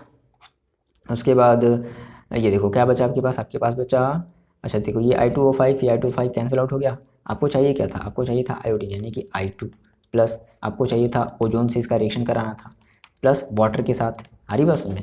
तो क्या आपको मिला, 2HiO3 आयोडिक एसिड जिसको आप बोलोगे, और प्लस का 5O2, ये तो मिला, है ना। ये क्या है आपका आयोडिक एसिड, आ रही बात समझ में? कितना इजी है, बस ऐसे ही करना है, ठीक है। एक और जैसे आप ये कर लो, एक आपका बन सकता है सल्फ्यूरिक एसिड वाला, यानी कि आपको जो है सल्फर लेना पड़ेगा उसके लिए, ठीक है। तो एक आप ले लो सल्फ्यूरिक एसिड का ले लो, ठीक है। दूसरा आप जो एग्जांपल ले सकते हो moist sulphuric, sorry moist sulphur, ठीक। तो देखो क्या बनेगा, अगर आप मॉइस्ट सल्फर का, अगर आप जो है मॉइस्ट सल्फर मतलब सल्फर को वाटर के साथ लोगे, ठीक है, आप उसका ओजोन के साथ रिएक्शन कराओगे तो क्या बनेगा, सल्फ्यूरिक एसिड बनेगा। क्या बन जाएगा, सल्फ्यूरिक एसिड। देखो कैसे बनेगा, सिंपल सी बात है, इसकी भी वही सिंपल जो है रिएक्शन बना लो। जैसे आपने कहा सर मेरे पास O3 था, O3 जो है रिड्यूस्ड होकर के O2 प्लस नेसेंट ऑक्सीजन में कन्वर्ट हो गया। उसके बाद हमें यहाँ पर लेना है सल्फ़र को, प्लस नेसेंट ऑक्सीजन को ले लिया, क्या बन जाएगा देखो SO3, सल्फर ट्राइऑक्साइड बनेगा। अच्छा SO3 है, इसका मतलब यहाँ पे हमें 3 का मल्टीप्लाई करना पड़ेगा पूरे इक्वेशन में, तो यहाँ पर भी हमें 3 नेसेंट ऑक्सीजन मिल जाएगा। अब इस SO3 को हम क्या करेंगे, वाटर के साथ रिएक्ट करा देंगे, तो क्या बनेगा, ये हमारा बन जाएगा H2SO4। इसको आप बैलेंस कर लिया जाए, देखो बैलेंस है H2 है, O4 है, O4 है, ठीक है। चलो इसको जो है मतलब ओवरऑल इक्वेशन लिख लो, पूरा इक्वेशन देखो क्या मिलेगा। तो ये S से ये आपके पास S था, उधर ये प्लस जो है O3 था, और ये प्लस H2O था, बाकी तो कट जाएगा ना। देखो ये इससे कट कैंसिल आउट हो गया, ये SO3 ये कैंसिल आउट हो गया, समझ रहे हो। तो क्या बचा, प्लस H2O, देखो क्या बचेगा, ये आपके पास बचेगा H2SO4 और प्लस 3O2। आ रही बात समझ में? तो इस तरीके से चाहो तो आप लिख सकते हो, या अगर आप डायरेक्टली अगर याद करना चाहते हो ये, तो आप ये डायरेक्टली याद कर लो, आपकी मर्जी। क्लियर है बात? चलो नेक्स्ट हमारा देखो जो है ऑक्सीडेशन, हमने नॉन मेटल का किया, एक और हमारा टर्म आएगा मेटलॉइड्स। जैसे आपके कुछ मेटलॉइड्स हैं ना, जैसे आर्सेनिक है, एंटीमनी है, तो उनका भी ऑक्सीडेशन होता है, और फिर वो जनरली एसिड ही बनाते हैं। जैसे आर्सेनिक है तो आर्सेनिक एसिड बनाएगा, एंटीमनी है तो एंटीमनिक एसिड बनाएगा, तो ये सारी चीज़ें होने वाली हैं, ठीक है। तो नेक्स्ट हेडिंग आप लगा लो क्या, ऑक्सीडेशन ऑफ मेटलॉइड, ठीक। क्या करना है सर आपको, ऑक्सीडेशन, अभी ऑक्सीडेशन वाला ही पार्ट चल रहा है, समझ रहे हो ना, of metalloids, oxidation of metalloids, METALLOID metalloids, ठीक है। ऑक्सीडेशन ऑफ मेटलॉइड, देखो तो मेटलॉइड में जैसे एग्जांपल, जैसे आपने ले लिया आर्सेनिक का ले लिया, हम एक करेंगे, बाकी का आप खुद से कर लोगे, और एक मैंने ले लिया एंटीमनी का, हम एक करेंगे, ठीक है। देखो तो हम बात करते हैं आर्सेनिक की, बात करते हैं, ओके। तो क्या होगा मेरे पास, मैंने कहा सर हम बात कर रहे हैं मॉइस्ट आर्सेनिक की, ये किस में कन्वर्ट हो जाएगा, ये मेरा कन्वर्ट हो जाएगा आर्सेनिक एसिड, आर्सेनिक एसिड। तो ले लेते हैं O3, सॉरी O3 का प्लस कहाँ करेंगे, O3 को हम डिकम्पोज करेंगे, क्या मिलेगा O2 प्लस नेसेंट ऑक्सीजन। अब ये जो हमें लेना है arsenic, that means AS plus oxygen, nascent oxygen, क्या बनेगा AS2O5। AS2O5 का मतलब है कि ऑक्सीजन कितना लेना है 5, यानी कि यहाँ पर 5 का मल्टीप्लाई करना पड़ा, तो यहाँ पर भी 5 आ जाएगा। AS2 यहाँ पर हमें 2AS लेना पड़ा, ठीक है। अच्छा उसके बाद ये जो AS2O5 बना है, AS2O5 बना, इसका हम क्या कर दिए, वाटर के साथ रिएक्शन करा दिए, H2O। तो देखो क्या बन गया, ये आपका बन जाएगा, आपको बनाना है आर्सेनिक और एंटीमनी, मतलब सॉरी आपको बनाना है आर्सेनिक एसिड। तो आर्सेनिक एसिड का आपका जो फॉर्मूला हो जाएगा वो हो जाएगा, ये देखो आपको फॉर्मूला थोड़ा याद रखना पड़ेगा, ठीक है। आर्सेनिक एसिड का जो फॉर्मूला होगा वो होता है आपका H3ASO4, ये आपका आर्सेनिक एसिड है ना, H3ASO4। इसको आप चाहो तो बैलेंस कर लो, H3 है, यहाँ पर तो 2 ही है, तो क्या करना पड़ेगा, अगर हम यहाँ पर 2 कर देते हैं तो यहाँ पर हो जाएगा 6, तो यहाँ पर हमें लेना पड़ेगा 3, और यहाँ पर हमें लेना पड़ेगा 2, ठीक। अब देखो आर्सेनिक कितना हो गया, 2 हो गया, 2 है, इधर भी 2 है, सही है। ऑक्सीजन देखो कितना है, 8 है, 5 और 3 8, सही है। इसको आप बैलेंस कर लो, मतलब ओवरऑल इक्वेशन लिख लो, तो देखो क्या मिला, ये देखो आर्सेनिक यानी कि 2AS plus O3 plus 3H2, already सब बैलेंस्ड है, ऐसे का आपको बैलेंस नहीं करना पड़ेगा बार बार। ये देखो क्या बन जाएगा, ये आपका इधर देखो क्या बन रहा है, 2H3AS O4। ये देखो, ये इससे कैंसिल आउट हो गया, ये इससे कैंसिल आउट हो गया, तो बचा क्या? इधर जो है ये 3 चीज़ें बची हैं, और इधर देखो एक ये तो नहीं कैंसिल होगा सर, सॉरी, ये कैंसिल नहीं होगी, है ना, ये इससे कैंसिल आउट हो गया। तो H3AsO4 है, और इधर देखो आपके पास बचा प्लस का 5O2, क्या बच गया? 5O2। तो ये आपका बन गया क्या? Arsenic acid. इसी तरीके से आप एंटीमोनिक एसिड बना सकते हो। एंटीमोनिक एसिड का हम आप बस फॉर्मूला लिख दे रहे हैं, आपको याद रखना है। एंटीमोनिक एसिड का फॉर्मूला होता है H3SbO4। बना लोगे अपना? देखते हैं कितने बच्चे बना पाओगे, आप कमेंट करके बताओगे सर मैंने बना लिया। ठीक है, चलो, तो ये हमने मेटालॉइड से क्या करा दिया, ये हमने मेटालॉइड से भी रिएक्शन करा दिया। नेक्स्ट हम लोग बात करते हैं, कुछ हमारे कंपाउंड्स हैं, और उन कंपाउंड्स को हम लोग क्या करा रहे हैं, ओजोन से रिएक्शन करा रहे हैं। ध्यान रखना, कंपाउंड का ओजोन से रिएक्शन करा रहे हैं। ठीक है, चलो देखो जी, सबसे पहले हम लोग बात करते हैं, हम बात करें कंपाउंड का ओजोन से रिएक्शन, है ना। दैट मीन्स हम ये कह रहे हैं सर कि oxidation of compounds, oxidation of compounds. तो होगा क्या, कैसे होगा? जैसे मान लो कोई भी एक आपने कंपाउंड लिया, जैसे मान लो आपने ले लिया लेड सल्फाइड, ठीक है, जो है हम उसी को लेकर के चल रहे हैं। तो मान लो हमने ले लिया लेड सल्फाइड, और ये लेड सल्फाइड आपका कैसा है? ब्लैक है, ये लेसी की। जब ये ऑक्सीडाइज्ड होगा, मतलब जब ये जो है इसका जब ऑक्सीडेशन होगा, इसका जब ऑक्सीडेशन होगा, ठीक है, तो क्या बन जाएगा? ये आपका लेड सल्फेट बन जाएगा, लेड सल्फेट बन जाएगा। और कैसे कलर का होगा? वाइट कलर का होगा। ठीक, फॉर एग्जांपल देखो, जैसे सेम वही कहानी है, O3 था, ब्रेक हुआ, O2 बना, प्लस नेसेंट ऑक्सीजन बना। उसके बाद आपको चाहिए लेड सल्फाइड, मतलब आपको एक कंपाउंड चाहिए, that means lead sulphide, that means PbS, plus ये नेसेंट ऑक्सीजन। ठीक है, क्या बनेगा? Lead sulphate. तो लेड सल्फेट आपको पता है ना, PbSO4। तो लेड सल्फेट, अब Pb, ठीक है, SO4, यानी कि यहाँ पे 4 ऑक्सीजन, तो यहाँ पर भी आपको पूरे में 4 का मल्टीप्लाई करना ही पड़ेगा, है ना, ये पूरा। अच्छा, तो अब देखो, इसका आप जो है ओवरऑल अगर आप रिएक्शन करो, यानी कि आपके पास था सर PbS, लेड सल्फाइड एक कंपाउंड था, ठीक है, और आपने इसका ओजोन के साथ रिएक्शन करा दिया, O3, है ना, और कितने O3? अपने 4, देखो 4 पूरे का करोगे ना, 4O3, क्या बन गया? देखो आपके पास PbSO4 और प्लस 4O2, ये तो बना, समझ गए? ये इससे पूरा का पूरा क्या हो गया? कैंसिल आउट हो गया।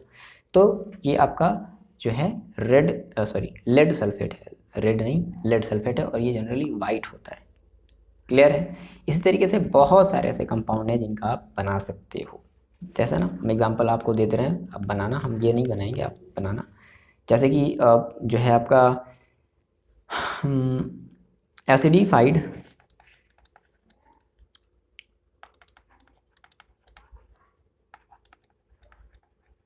एसिडिफाइड फेरस सल्फेट, ठीक है, तो ये कन्वर्ट आपका हो जाएगा फेरिक सल्फेट में।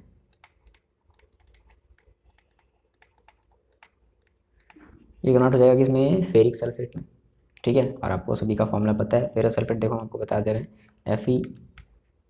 FeSO4, और फेरिक सल्फेट का फॉर्मूला देखो क्या होता है, Fe2SO4 का होल थ्राइस, ठीक।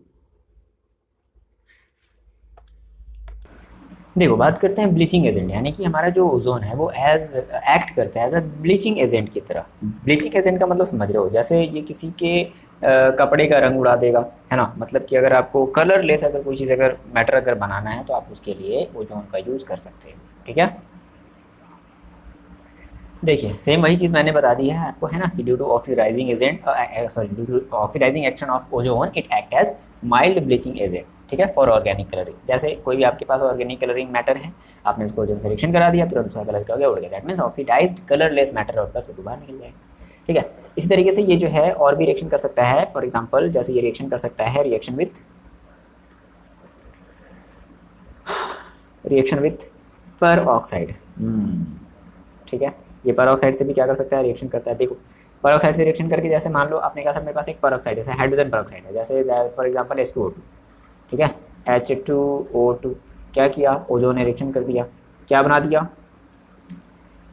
वाटर और ऑक्सीजन, ये दो चीज़ हमेशा बाहर निकलेगा। कोई भी आप पर ऑक्साइड ले, जैसे आप जो है बेरियम पर ऑक्साइड ले लो, BaO2 ले लो, बेरियम पर ऑक्साइड ले लिया, O3 क्या हो गया, H2O, ना सॉरी यहाँ पर S था इसलिए S बाहर निकला। ठीक है, सबसे पहले तो आप यहाँ से O2 बाहर निकाल दो और BaO प्लस, भाई ऑक्सीजन ऐड करना है क्योंकि ये हमारा ऑक्सीडाइजिंग एजेंट है, समझ के बाद, हाँ ठीक, ओके।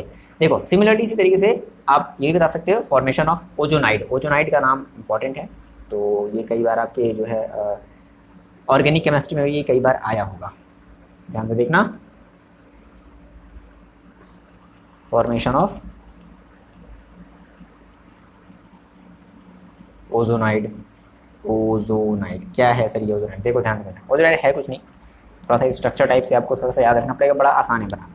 होता क्या है कि जैसे कोई भी आपका अगर अनसैचुरेटेड ऑर्गेनिक मतलब अनसैचुरेटेड हाइड्रोकार्बन है, अनसैचुरेटेड हाइड्रोकार्बन में कौन सा, डबल बॉन्ड, ठीक है, तो वो ऑक्सीजन जो वो ओजोन से रिएक्ट करके जो है ओजोनाइड बनाता है। फॉर एग्जांपल जैसे मान लो कि अगर आप एथिलीन लोगे, बात को समझना, अगर आपने एथिलीन लिया, ठीक है, एथिलीन का फॉर्मूला क्या होता है, CH2 डबल बॉन्ड CH2, तो क्या बना देगा ये आपका एथिलीन जो है सॉरी एथिलीन ओजोनाइड बना देगा। हाँ क्या बना देगा, एथिलीन ओजोनाइड प्लस O3 से हमने इसका रिएक्शन करा दिया, ठीक है, इन प्रेजेंस ऑफ CCl4 के प्रेजेंस में करा दिया रिएक्शन, तो क्या बन गया, देखो होता क्या है, कुछ नहीं, यहाँ पर जैसे आपने कहा सर मेरे पास यहाँ पर एक कार्बन यहाँ है, एक कार्बन यहाँ है, तो इस केस में देखो होगा क्या, और भाई 3 ऑक्सीजन मेरे को ऐड करना है, 3 ऑक्सीजन ऐड करना है, कैसे ऐड होगा, एक ऑक्सीजन इससे, एक ऑक्सीजन इससे, ये दोनों आपस में अटैच हो गए, और फिर एक ऑक्सीजन इससे, 3 ऑक्सीजन, इसी को हम लोग बोलते हैं ओजोन। इसको बैलेंस कर लो, कार्बन की वैलेंसी 4 कर लो, तो यहाँ पर 1 2 हाइड्रोजन आप यहाँ लगा दो, 1 2 3 4,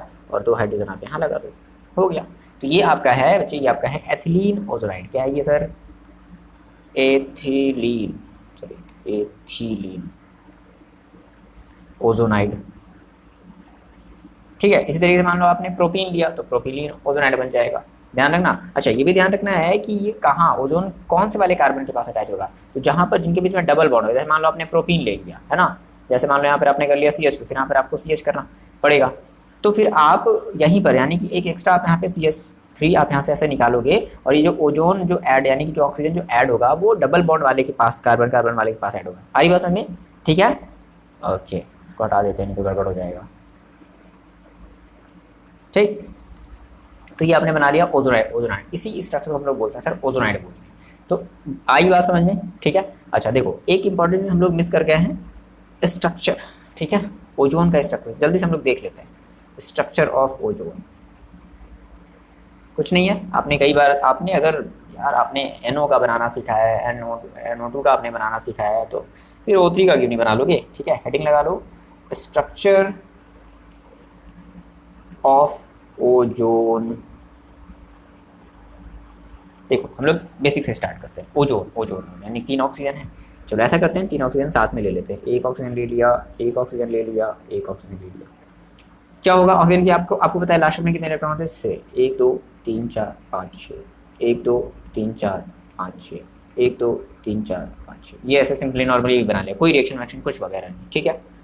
अब होना क्या चाहिए, देखो ये ऑक्सीजन है, इस वाले ऑक्सीजन का एक 2 ऑक्सीजन अपनी तरफ ले लेगा ऑक्टेट कंप्लीट करने के लिए, ये ऑक्सीजन है, इस वाले ऑक्सीजन का 2 इलेक्ट्रॉन अपनी तरफ ले लेगा ऑक्टेट कंप्लीट करने के लिए, भाई दोनों तरफ से इसने दे दिया। चलो इसको हम लोग अगले स्टेप में दिखा देते हैं, ठीक है।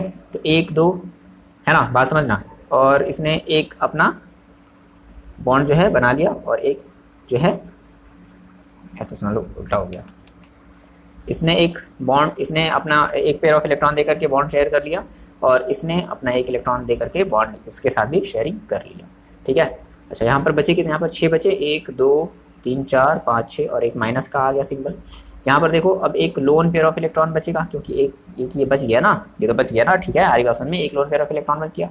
अच्छा इसने 2 दिया है, तो इसने अगर 2 दिया है तो इसके ऊपर प्लस का 2 चार्ज आ जाएगा, बिल्कुल सही बात है। और सिंगल बॉन्ड 1 2 3 4 5 6। अब देखोगे आप ध्यान से कि इस वाले ऑक्सीजन का ऑक्टेट तो कंप्लीट हो गया, 6 इधर है 7 8, 6 इधर है 7 8, लेकिन सारे का कंप्लीट नहीं हुआ, तो क्या करना पड़ेगा, इसको भी कंप्लीट करना पड़ेगा। आप देखो अब यहाँ से 2 केसेस हो सकता है। क्या पहला केस ये हो सकता है कि ऐसा कहेगा भाई देखो कि तुम जो हो अभी ये हमारा जो बना है ये अनस्टेबल है, तो स्टेबिलिटी चाहिए ना इसको। क्या करेगा ये वाला ऑक्सीजन, क्या ऐसा करो भाई साहब मेरा 2 इलेक्ट्रॉन तुम ले लो, मेरा 2 इलेक्ट्रॉन ले लो, तो क्या हो जाएगा देखो ये ऐसे कुछ बन जाएगा, और नहीं कर सकते, ये भी अनस्टेबल है। ठीक है, ध्यान से देखना, ऑक्सीजन इस वाले ऑक्सीजन ने दे दिया अपना इलेक्ट्रॉन, है ना, इस वाले ऑक्सीजन ने अपना इलेक्ट्रॉन दे दिया, तो दे दिया, इसके पास जो माइनस चार्ज था वो खत्म, तो क्या बचेगा 1 2 3 4 डबल बॉन्ड O, इसके ऊपर एक प्लस चार्ज, इसके ऊपर 2 प्लस चार्ज था, एक इलेक्ट्रॉन इसने लिया है तो एक प्लस चार्ज बचेगा, और सिंगल बॉन्ड O, और उसके ऊपर भी एक माइनस चार्ज रहेगा ना। ठीक है, एक माइनस चार्ज इसके ऊपर भी रहेगा, 1 2 3 4 5 6, ये हमारा स्टेबल है। अच्छा एक और दूसरी कंडीशन हो सकती है नहीं, बताओ हो सकती है ना, बिल्कुल हो सकती है सर, कैसे? अभी कहा कि अच्छा इसने दिया है, अब ये भी दे सकता है, अरे बस में ये भी तो दे सकता है, ये भी तो दे सकता है ना, तो ये ना देकर ये भी दे सकता है, तो एक और पॉसिबिलिटी हो सकती है, क्या क्या हो सकती है सर, ये O है, इसके 6 इलेक्ट्रॉन सेफ रख दो, ठीक है, सिंगल बॉन्ड, इसके ऊपर माइनस रहने दो, इसके ऊपर एक प्लस आ जाएगा, लोन पेयर रहेगा और डबल बॉन्ड हो जाएगा, ये भी दे सकता है ना, बात समझ रहे हो ना, ये दे सकता है, तो क्या हो जाएगा ऑक्सीजन, इसके ऊपर प्लस चार्ज आ जाएगा, 1 2 3 4। ठीक है, जो हमारा ये जो 2 स्ट्रक्चर बना इसको हम लोग बोलेंगे रेजोनेटिंग स्ट्रक्चर। तो अब थोड़ा सा हम बॉन्ड एंगल के मतलब थ्रू हम थोड़ा सा बनाएंगे, ऐसा नहीं होता सीधा सीधा, ऐसा नहीं होता। ठीक है, तो देखो इसको हम लोग ऐसे बना सकते हैं, समझो बात को, फाइनल हमारा जो अरेंजमेंट होगा वो कुछ ऐसा होगा, ऑक्सीजन है, ठीक है, इसके ऊपर सिंगल एक लोन पेयर ऑफ इलेक्ट्रॉन है, इसके ऊपर एक प्लस चार्ज है, मे भी चाहो तो हम इस वाले ऑक्सीजन को सिंगल बॉन्ड ऑक्सीजन के, इस वाले ऑक्सीजन के सिंगल बॉन्ड से हम इसको अटैच कर सकते हैं, 1 2 3 4 5 6, ठीक है, और इधर हम डबल बॉन्ड से अटैच कर सकते हैं, है ना, इसके ऊपर कोई चार्ज नहीं, और इसके ऊपर 1 2 3 4 इलेक्ट्रॉन। दूसरी कंडीशन क्या हो सकती है सर, हम ये बना सकते हैं, क्या ऑक्सीजन लिया, इसके ऊपर लोन पेयर तो रहेगा ही रहेगा, प्लस चार्ज तो एक रहेगा ही रहेगा, अब हम इसको डबल बॉन्ड से क्या कर सकते हैं, अटैच कर सकते हैं, ठीक है, और डबल बॉन्ड से अटैच किया, दैट मीन्स 1 2 3 4, इसके ऊपर जो माइनस चार्ज था वो हट गया, माइनस चार्ज हट गया इसके ऊपर से, अब यहाँ पर जो है सिंगल बॉन्ड रहेगा O, तो इसके ऊपर एक माइनस चार्ज आ जाएगा क्योंकि इसने शेयरिंग नहीं किया है, 1 2 3 4 5 6, ठीक है, तो ये, या फिर ओवरऑल कभी कभी आपको ऐसे भी देखने को मिलेगा, O बनाया, ये O बनाया, ये O बनाया, और ये रेजोनेटिंग स्ट्रक्चर बना दिया।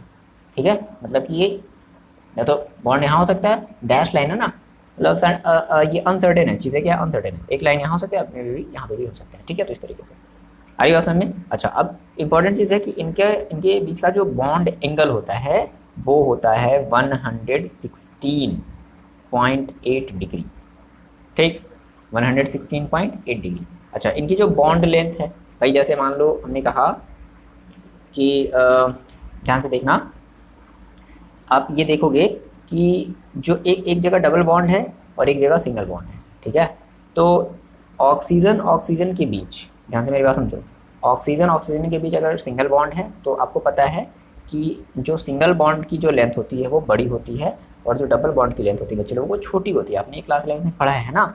ठीक है, कोई बात नहीं, आप समझ लो। तो ये होता है 148 पिकोमीटर बॉन्ड लेंथ है। ये हम किसकी बात कर रहे हैं सर, बॉन्ड लेंथ की बात कर रहे हैं,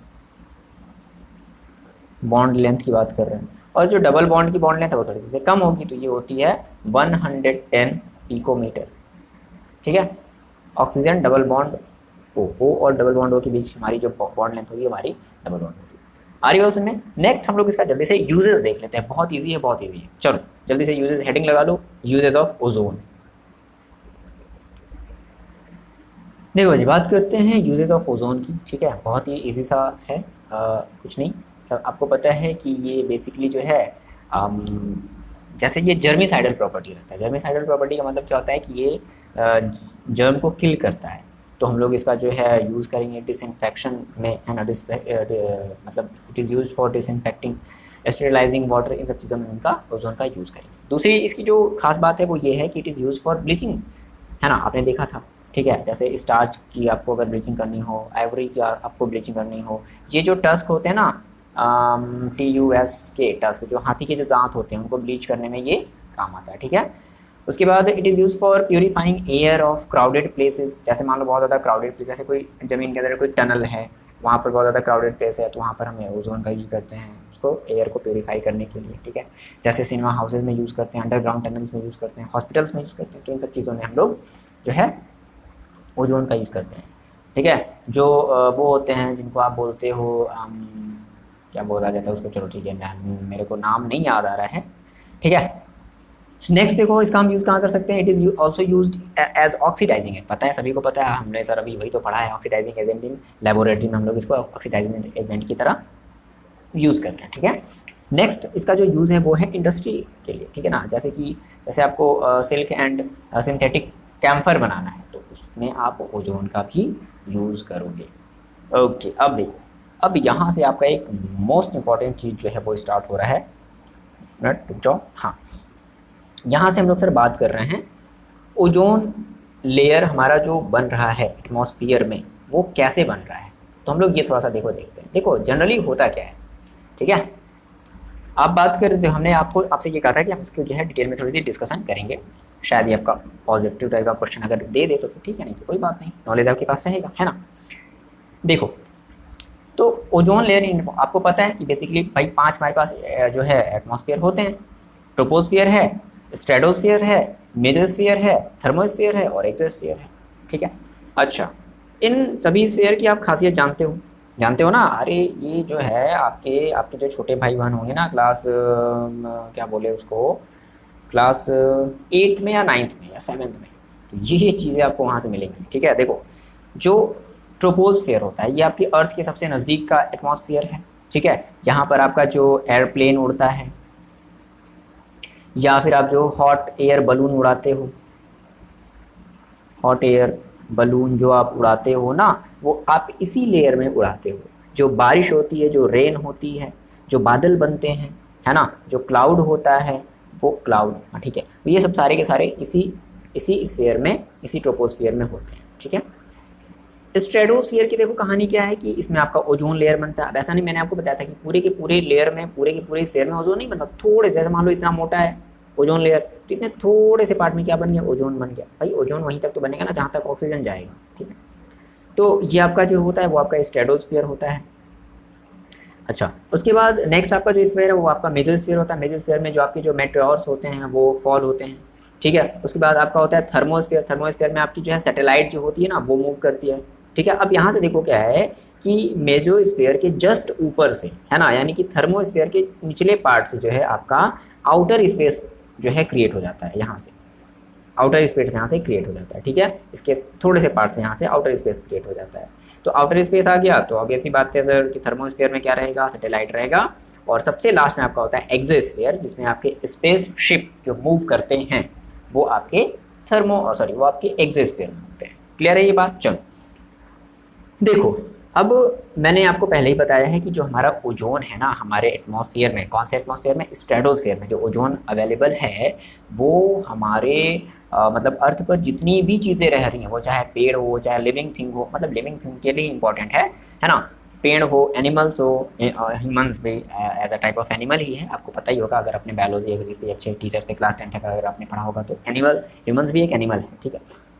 तो इन सभी के लिए जो है ना वो एक बूंद की तरह है, ठीक है, आशीर्वाद की तरह। मतलब ओजोन के बिना अगर ओजोन का अगर लेयर अगर देखो ख़त्म होने लगा तो फिर समझ लो कि जो है धरती पर जो चीज़ें हैं, अर्थ पर जो चीज़ें हैं वो फिर सब सारी की सारी जो है मिटने लगेंगी, ख़राब होने लगेंगी, ख़त्म होने लगेंगी, है ना। देखो सर, नेक्स्ट हम लोग बात करते हैं कि आखिर जो फॉर्मेशन हो रहा है ओजोन का स्ट्रेटोस्फीयर में वो कैसे होता है, ठीक है। बहुत इंपॉर्टेंट चीज़ है formation of ozone in stratosphere. तो देखो बेसिकली मैंने आपको पहले बताया था कि जो सनलाइट है, सनलाइट में क्या होती है आपकी जो है यूवी होती है ना, यूवी रेडिएशन होती है, तो वो ऑक्सीजन पर फॉल होती है और वहाँ से ऑक्सीजन का जो है मॉलिक्यूल्स उस सनलाइट के थ्रू क्या हो जाता है, डिसोसिएट हो जाता है, ब्रेक हो जाता है, और फिर कुछ अदर गैसेस होती हैं, कुछ अदर एलिमेंट्स की कुछ, मतलब जैसे अदर बैटरी लो हो गया, देखो इधर समझो, मैंने आपसे कहा कि ऑक्सीजन क्या हुआ, पहले ही सनलाइट से क्या किया, रिएक्शन किया और उसके मॉलिक्यूल जो है डिसोसिएट हो गए, अब ये जो डिसोसिएटेड जो मॉलिक्यूल्स हैं वो अदर एलिमेंट अदर एटम से क्या करेंगे, जैसे नाइट्रोजन का एटम है ना, गैसेज है ना भाई, नाइट्रोजन गैस हमारे एटमॉस्फेयर में बहुत ज़्यादा है, तो नाइट्रोजन का गैसेज है, सॉरी नाइट्रोजन का एटम है, तो वो उससे क्या करेगा, वो उससे रिएक्ट करके क्या बना देगा, ओजोन बना देगा। कैसे होगा, देखो बड़ा ही सिंपल सा फॉर्मेशन होता है। अब कोई जरूरी नहीं कि आप एन ही लो, नाइट्रोजन ही लो, आप कुछ अदर स्पेसीज भी ले सकते हो, N2 की जगह कुछ जो भी उसको मिला उससे क्या कर लेगा, वो फॉर्मेशन करके ओजोन बना देगा। कहने का मतलब देखो क्या है कि सबसे पहले आपने कहा सर मेरे पास O2 है, ठीक है, ये O2 क्या किया हमारे H न्यू से, मतलब H न्यू मतलब समझ रहे हो, जिसको हम लोग बोलते हैं ना अल्ट्रावायलेट रेडिएशन, या आप जिसको यूवी बोलो, ठीक है, पर्टिकुलर लाइट की एक अलग टाइप की एक फ्रिक्वेंसी है, ये उससे रिएक्ट किया, जो कि काफ़ी हमारे लिए काफ़ी ज़्यादा हार्मफुल है, ये उससे रिएक्ट किया और ऑक्सीजन का मॉलिक्यूल्स ब्रेक हो गया। बात को समझना, ठीक है, ऑक्सीजन का मॉलिक्यूल क्या हो गया सर, ब्रेक हो गया। अब ये जो ऑक्सीजन का मॉलिक्यूल जो मॉलिक्यूल है ना, O और प्लस, और भी ढेर सारे ऑक्सीजन होंगे, ऑक्सीजन तो ऑक्सीजन का ब्रेक्ड मॉलिक्यूल और ऑक्सीजन भी ढेर सारा होगा, और प्लस हमने मान लो नाइट्रोजन ले ले, कोई जरूरी नहीं है, आप N2 की जगह कुछ जो भी स्पेसीज इसको मिलेगा, ठीक है, कुछ भी अदर स्पेसीज ये ले सकते हैं हम लोग यहाँ पर। तो क्या बन जाएगा, देखो हमारा O3 बन जाएगा और साथ में हमारा जो N2 है वो एज इट इज़ बाहर निकल जाएगा, ठीक है। ऐसा करते हैं ना, यहाँ पर ये थोड़ा सा गड़बड़ काम हो जाएगा, तो ऐसा करते हैं कि हम यहाँ पर N2 को ना लेकर के हम लोग कोई दूसरा स्पेसीज M ले लेते हैं, समझ लो मेरी बात को समझो, ठीक है। तो अब यहाँ पर N2 नहीं निकलेगा, यहाँ पर अब कुछ और निकलेगा, है ना, यहाँ पर अब M अगर है तो M बाहर निकल जाएगा, क्लियर है। तो यहाँ पर आप M को बता दो कि M जो हमारा है वो जस्ट लाइक समथिंग, जैसे कि हमारा ये N2 हो सकता है और एनी अदर स्पेसीज ये भी हो सकता है, आ रही बात समझ में। तो इस तरीके से फॉर्मेशन ऑफ ओजोन स्ट्रेटोस्फीयर में जो नेचुरल तरीके से जो फॉर्मेशन होता है वो इस तरीके से होता है, क्लियर है ये बात। अब देखो, अब क्या है कि फॉर्मेशन तो हो गया, लेकिन हम इंसान जो अर्थ पर रह रहे हैं ना, हम इस ओजोन के लेयर को क्या कर रहे हैं, डिस्ट्रॉय कर रहे हैं। जैसे ये अर्थ है और अर्थ के बाहर का ये स्फीयर है, ये स्ट्रेटोस्फीयर है, ये सब सारी चीज़ें हैं। तो अब यहाँ पर मान लो हल्का सा एक लेयर बना, ठीक है, ये लेयर बना, तो ये जो लेयर है, ये सन से जो लाइट आ रही है ना, ये लेयर क्या कर रही है, सन की खतरनाक जो लाइट है, जैसे जो यूवी रेज है, इसको क्या कर रही है, ब्लॉक कर रही है, रोक रही है, बहुत ज़्यादा आने अंदर नहीं दे रही है।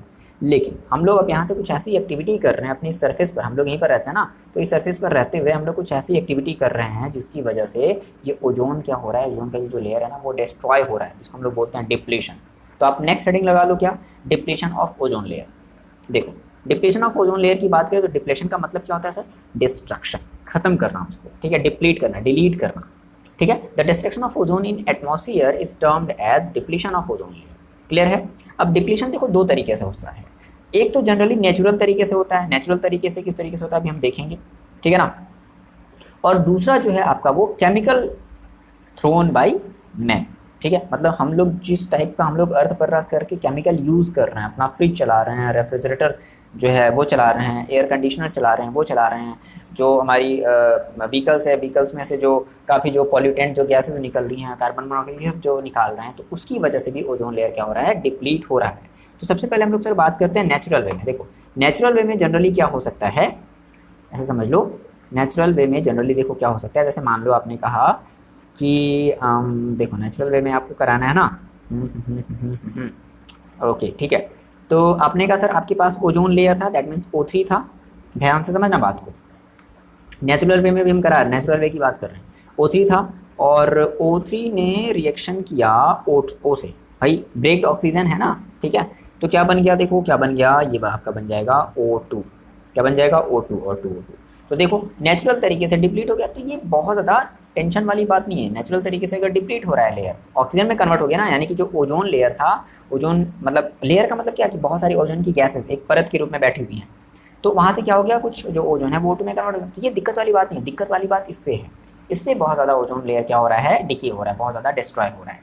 कैसे, देखो कैसे, तो हम लोग जो हैं हम लोग जो मैन मेड हम लोग जो बनाते हैं क्या, CFC बनाते हैं, इसको हम लोग बोलते हैं कार्बन क्लोरोफ्लोरोकार्बन, क्या बोलते हैं, CFC का मतलब याद रखना है, क्लोरोफ्लोरोकार्बन हम लोग जो बनाते हैं which are used as coolants. हम लोग उसको कहाँ यूज़ करते हैं, कूलेंट्स में यूज़ करते हैं, अपने रेफ्रिजरेटर में, अपने एयर कंडीशनर में, इन सब जगहों पर हम लोग जो कूलेंट्स यूज़ करते हैं ना, जिससे हम आपका घर और हमारा रेफ्रिजरेटर ठंडा रहता है, हाँ, तो इसलिए हम लोग उसको बोलते हैं कूलेंट, और ये कूलेंट बेसिकली किससे मिलकर के बना होता है, CFC से, ठीक है, इसको हम लोग बोलते हैं क्या, क्लोरोफ्लोरोकार्बन। अब ये जो क्लोरोफ्लोरोकार्बन्स हैं जब ये ऊपर जाते हैं तो ये इसी ओजोन से रिएक्ट करके उस ओजोन के लेयर को क्या करते हैं, बहुत ही ज़्यादा ब्रेक करते हैं। क्लियर है? देखो बात को समझो। तो यहाँ पर ये कुछ चीज़ें हमने यहाँ पे ऐसे मेंशन कर दी हैं। जैसे देखो क्या है, मैंने वही बताया आपको कि CFCs के जो मॉलिक्यूल्स हैं escaping into atmosphere undergo photolysis, उनका फोटोलिसिस होता है और फोटोलिसिस होने के बाद वो जो है क्लोरीन फ्री रेडिकल्स बनाते हैं। भाई क्लोरोफ्लोरो नाम ही है तो क्लोरीन का फ्री रेडिकल्स बनेगा। अब अगर क्लोरीन का जो फ्री रेडिकल्स बना है तो भाई फ्री रेडिकल्स है वो तो किसी के साथ भी भाई रिएक्शन करने के लिए क्लोरीन है, समझ रहे हो ना, क्लोरीन, ठीक है, हाईली इलेक्ट्रोनेगेटिव। तो वो क्या करेगा, ओजोन से वो क्या कर जाएगा, रिएक्ट करेगा, ओजोन के लेयर से वो रिएक्ट करेगा और क्लोरीन, देखो फिर फर्दर क्या करेगा कि the chlorine free radicals attack on ozone molecules and deplete them. Deplete का मतलब कि वो उसको कन्वर्ट करता जा रहा है, किसी दूसरे चीज़ में कन्वर्ट करता जा रहा है। होता कैसे रिएक्शन, ये थोड़ा सा हम लोग देखते हैं। देखो ये इतना ज़्यादा खतरनाक होता है, ये एक चेन रिएक्शन बनता है ना, मतलब ये स्टॉप ही नहीं होता है, क्योंकि हर बार जब भी रिएक्शन फिनिश होगा फिर से एक बार क्लोरीन मॉलिक्यूल फिर से अलग हो जाएगा, है ना, बात को समझना। तो अभी हम लोग बात कर रहे हैं डिप्लीशन ऑफ जो है डिप्लीशन बाय क्लोरोफ्लोरो। ऐसे आप यहाँ पर चाहो तो एक छोटी सी ऐसे हेडिंग लगा लो कि डिप्लीशन बाय क्लोरोफ्लोरो, ठीक है, क्लोरोफ्लोरोकार्बन्स, जिसको हम लोग बोलते हैं CFC। ठीक, कैसे होगा देखो, तो CFC का देखो फॉर्मूला क्या होता है, CF2Cl2, इसको हम लोग बोलते हैं क्लोरोफ्लोरोकार्बन, है ना, ठीक है। इसको आप लोग फ्रेऑन भी बोल सकते हो, ठीक। अच्छा ये देखो क्या किया, ये HNU से रिएक्ट किया, सनलाइट से क्या किया, रिएक्ट किया, तो यहाँ पर क्लोरीन का फ्री रेडिकल्स बना। कैसे बना, तो CF2 और Cl और प्लस Cl, ये फ्री रेडिकल्स बन गया, ठीक। अब ये जो फ्री रेडिकल्स है Cl जो है ना, ये देखो ये जो Cl है अभी क्या करेगा, आपके इस ओजोन को से रिएक्ट करेगा, तो रिएक्ट करके देखो क्या बना देगा, ये बना देगा आपका ClO, ठीक है, मतलब इसका फ्री रेडिकल बनाएगा और प्लस यहाँ से इसको O2 में कन्वर्ट कर देगा, ठीक है। अब देखो फिर से देखो ये इतनी खतरनाक चीज़ है कि ये जो ClO बना है, मतलब क्लोरीन ऑक्साइड का ये जो फ्री रेडिकल्स बना है, देखो ये जो ClO है ना, ये जो फ्री रेडिकल्स है, ये फिर से क्या करेगा, ऑक्सीजन जो भी ब्रेक्ड ऑक्सीजन है, भाई ये काम तो कंटिन्यूअसली होता चल रहा है ना, तो जो भी ब्रेक्ड ऑक्सीजन है ये उसके साथ फिर से रिएक्शन करेगा और रिएक्शन करके फिर से एक फ्री रेडिकल क्लोरीन बना देगा, हमारी बात समझ में, और प्लस यहाँ से O2 निकाल देगा। तो देखो कितना खतरनाक है ये, फिर से क्या बन गया, फिर से ये क्लोरीन बन गया और फिर से वही वाला प्रोसेस फिर से स्टार्ट हो जाएगा। आ रही बात समझने बच्चे, तो ये कहानी होती है, इसलिए ये बहुत ही ज़्यादा डेंजरस है, ठीक है। तो क्लोरोफ्लोरोकार्बन के थ्रू किस तरीके से हमारा ओजोन डिप्लीट हो रहा है कंटिन्यूअसली, ये आपको समझ में आ गया, ठीक। अच्छा एक और है, जैसे कि हमारे जो हाइड्रोक्सिल रेडिकल्स होते हैं, जैसे OH रेडिकल्स होते हैं, तो उनके थ्रू भी हमारा जो है ओजोन लेयर जो है वो डिप्लीट होता है, ठीक है। तो depletion by hydroxyl radical, that means OH जो हमारा फ्री रेडिकल्स है, ठीक है। देखो होगा क्या, तो O3 है ना, और OH का फ्री रेडिकल्स होगा, वो क्या करेगा, रिएक्ट करके बना लेगा, देखो आपको यहाँ से निकालना है, एक मिनट, वो ऑक्सीजन से जो रिएक्ट करेगा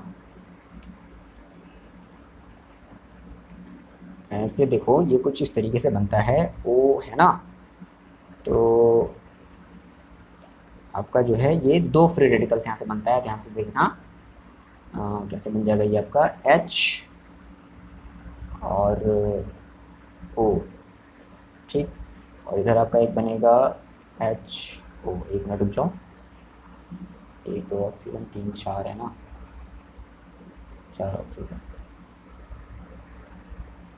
ठीक है। देखो ये HOO का फ्री रेडिकल्स और HOO का फ्री रेडिकल्स बना, ठीक है।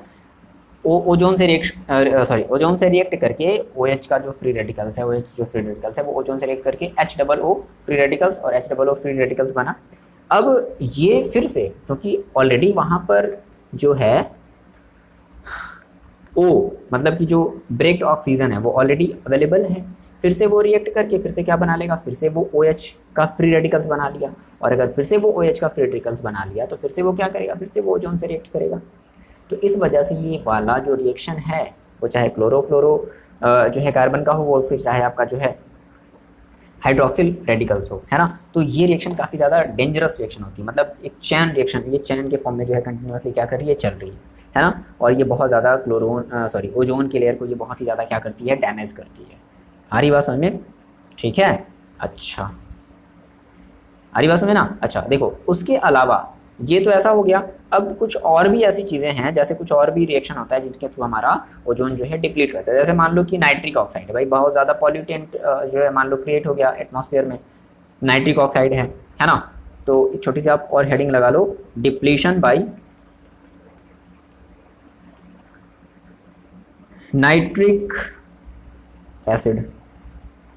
नाइट्रिक एसिड सभी कोई फॉर्मूला जानता है, NO होता है, ठीक है। NO ने क्या किया, O3 के साथ रिएक्शन करके क्या बना लिया, NO2 बना लिया और प्लस O2 बना लिया। आ रही बात समझ?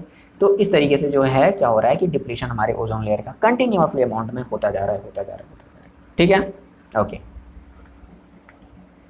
चलिए, हमने ये कॉज तो देख लिया, ठीक है। अब हम लोग इसके थोड़े से जो है मतलब सॉरी, हमने ये देख तो लिया कि भाई डिप्लीशन लेयर कैसे वो हो रहा है, तो हम लोग इसका इफेक्ट भी देख लेते हैं कि सर अगर ऐसे ही कंटिन्यूअसली अगर होता रहे तो हमारे ऊपर और हमारे आने वाले बच्चों के ऊपर क्या फ़र्क पड़ेगा, ठीक है। देखो हंसी वाली बात नहीं है सर, बिल्कुल सीरियस बात है, हाँ बिल्कुल। देखो इफेक्ट की बात करते हैं, तो सबसे पहला क्या हो रहा है कि ओजोन का जो लेयर है उसमें एक होल बन जा रहा है, ठीक है। अब उस होल के थ्रू क्या होगा कि जो भी डेंजरस यूवी रेज हैं, है ना, सन की लाइट से जो भी डेंजरस यूवी रेज आ रही हैं वो अर्थ पर डायरेक्टली आने लगेंगी, जो कि ह्यूमन के हेल्थ के लिए काफ़ी ज़्यादा डेंजरस होगा।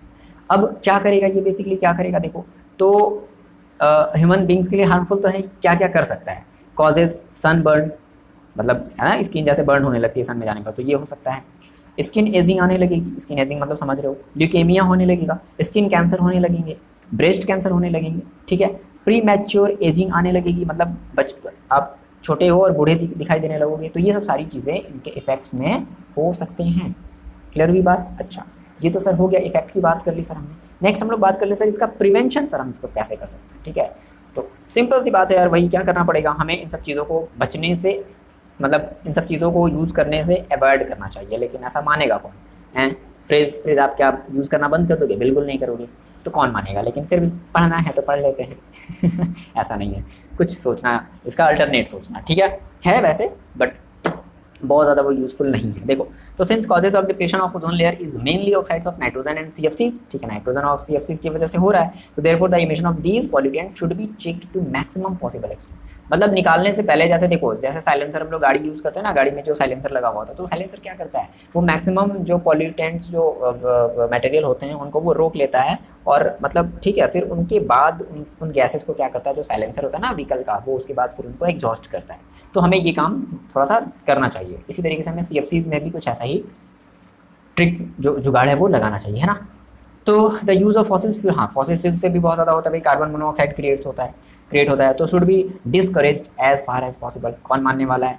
फॉसिल फ्यूल नहीं जलाओगे तो आप जो घर में बैठ कर ये जो वीडियो देख रहे हो ना मज़े से, नहीं देख पाओगे, कहोगे सर लाइट नहीं आ रही है, ये नहीं आ रही है, वो नहीं आ रही है, एक्सक्यूजेस दोगे बहुत सारे, तो ये भी नहीं हो सकता है भाई, है ना। जो पावर प्लांट्स है वो कैसे चले, वो फॉसिल फ्यूल से ही तो चल रहा है, ठीक है। थर्मल पावर प्लांट के बारे में आपने सुना है, तो सब कैसे चल रहे हैं? थर्मल का मतलब क्या, उसमें हम लोग जो है कोयले को जला करके जो बिजली को प्रोड्यूस कर रहे हैं, तो कैसे हो पाएगा, समझ रहे हो ना। बस ये सब कहने की बातें हैं, तो ऐसा नहीं है, मतलब होने के लिए हो सकता है, बट बहुत ज़्यादा इसके लिए जो है सोचना पड़ेगा, हाई ऑर्डर का जो है हमें जो है इसके लिए माइनिंग रखना पड़ेगा। देखो नेक्स्ट हम लोग बात करते हैं कि हम ऑटोमोबाइल, हमने वही कहा देखो कि ऑटोमोबाइल में कुछ ऐसे डिज़ाइनिंग करी जाए, इंजन शुड भी इम्प्रूव किया जाए, ताकि वो मैक्सिमम जो पॉल्यूटेंट्स जो हैं वो उनको क्या कर सके, रिड्यूस कर सके, ठीक है, और बहुत ही कम एग्जॉस्ट जो है वो निकाल सके, है ना। एग्जॉस्ट में जब उनके जो पॉल्यूटेंट्स निकले तो बहुत ही मिनिमम अमाउंट में निकले, ये हम काम कर सकते हैं। अच्छा एक काम और है जो कि हम लोग तो कभी नहीं कर सकते, the use of CFCs in refrigerator and other devices should be avoided. ऐसा हो सकता है, बट इसका अगर कोई अल्टरनेट मिलेगा तब हो सकता है। तो ऐसा अगर करें तो काफ़ी हद तक हमारे जो ओजोन लेयर हैं वो बचे रहेंगे, सेफ रहेंगे, और अगर वो सेफ रहेंगे तो तभी हम सेफ रहेंगे और हमारे आने वाले बच्चे सेफ रहेंगे। सर अभी तो हम खुद बच्चे हैं, बिल्कुल बच्चे हैं, ठीक है तो ऐसा हम लोग कर सकते हैं, ठीक है। बट चलो, तो आपको ये ओजोन का पूरा लेक्चर समझ में आया, काफ़ी बड़ा था बट खत्म हो गया, फिनिश हो गया, ओजोन वाला ये टॉपिक आपका फिनिश हो गया, ठीक है। काफ़ी बड़ा था, लेकिन आप कमेंट करके बताओगे सर मेरे को सारी चीज़ें समझ में आई। और कंटिन्यूसली देखना है, डाउनलोड नहीं करना है वीडियो को, मैं पहले बता दे रहा हूँ, ठीक है। डाउनलोड एकदम नहीं करना है, चलो मिलते हैं नेक्स्ट वीडियो में, पढ़ाई करते रहो और अपना ख्याल रखो।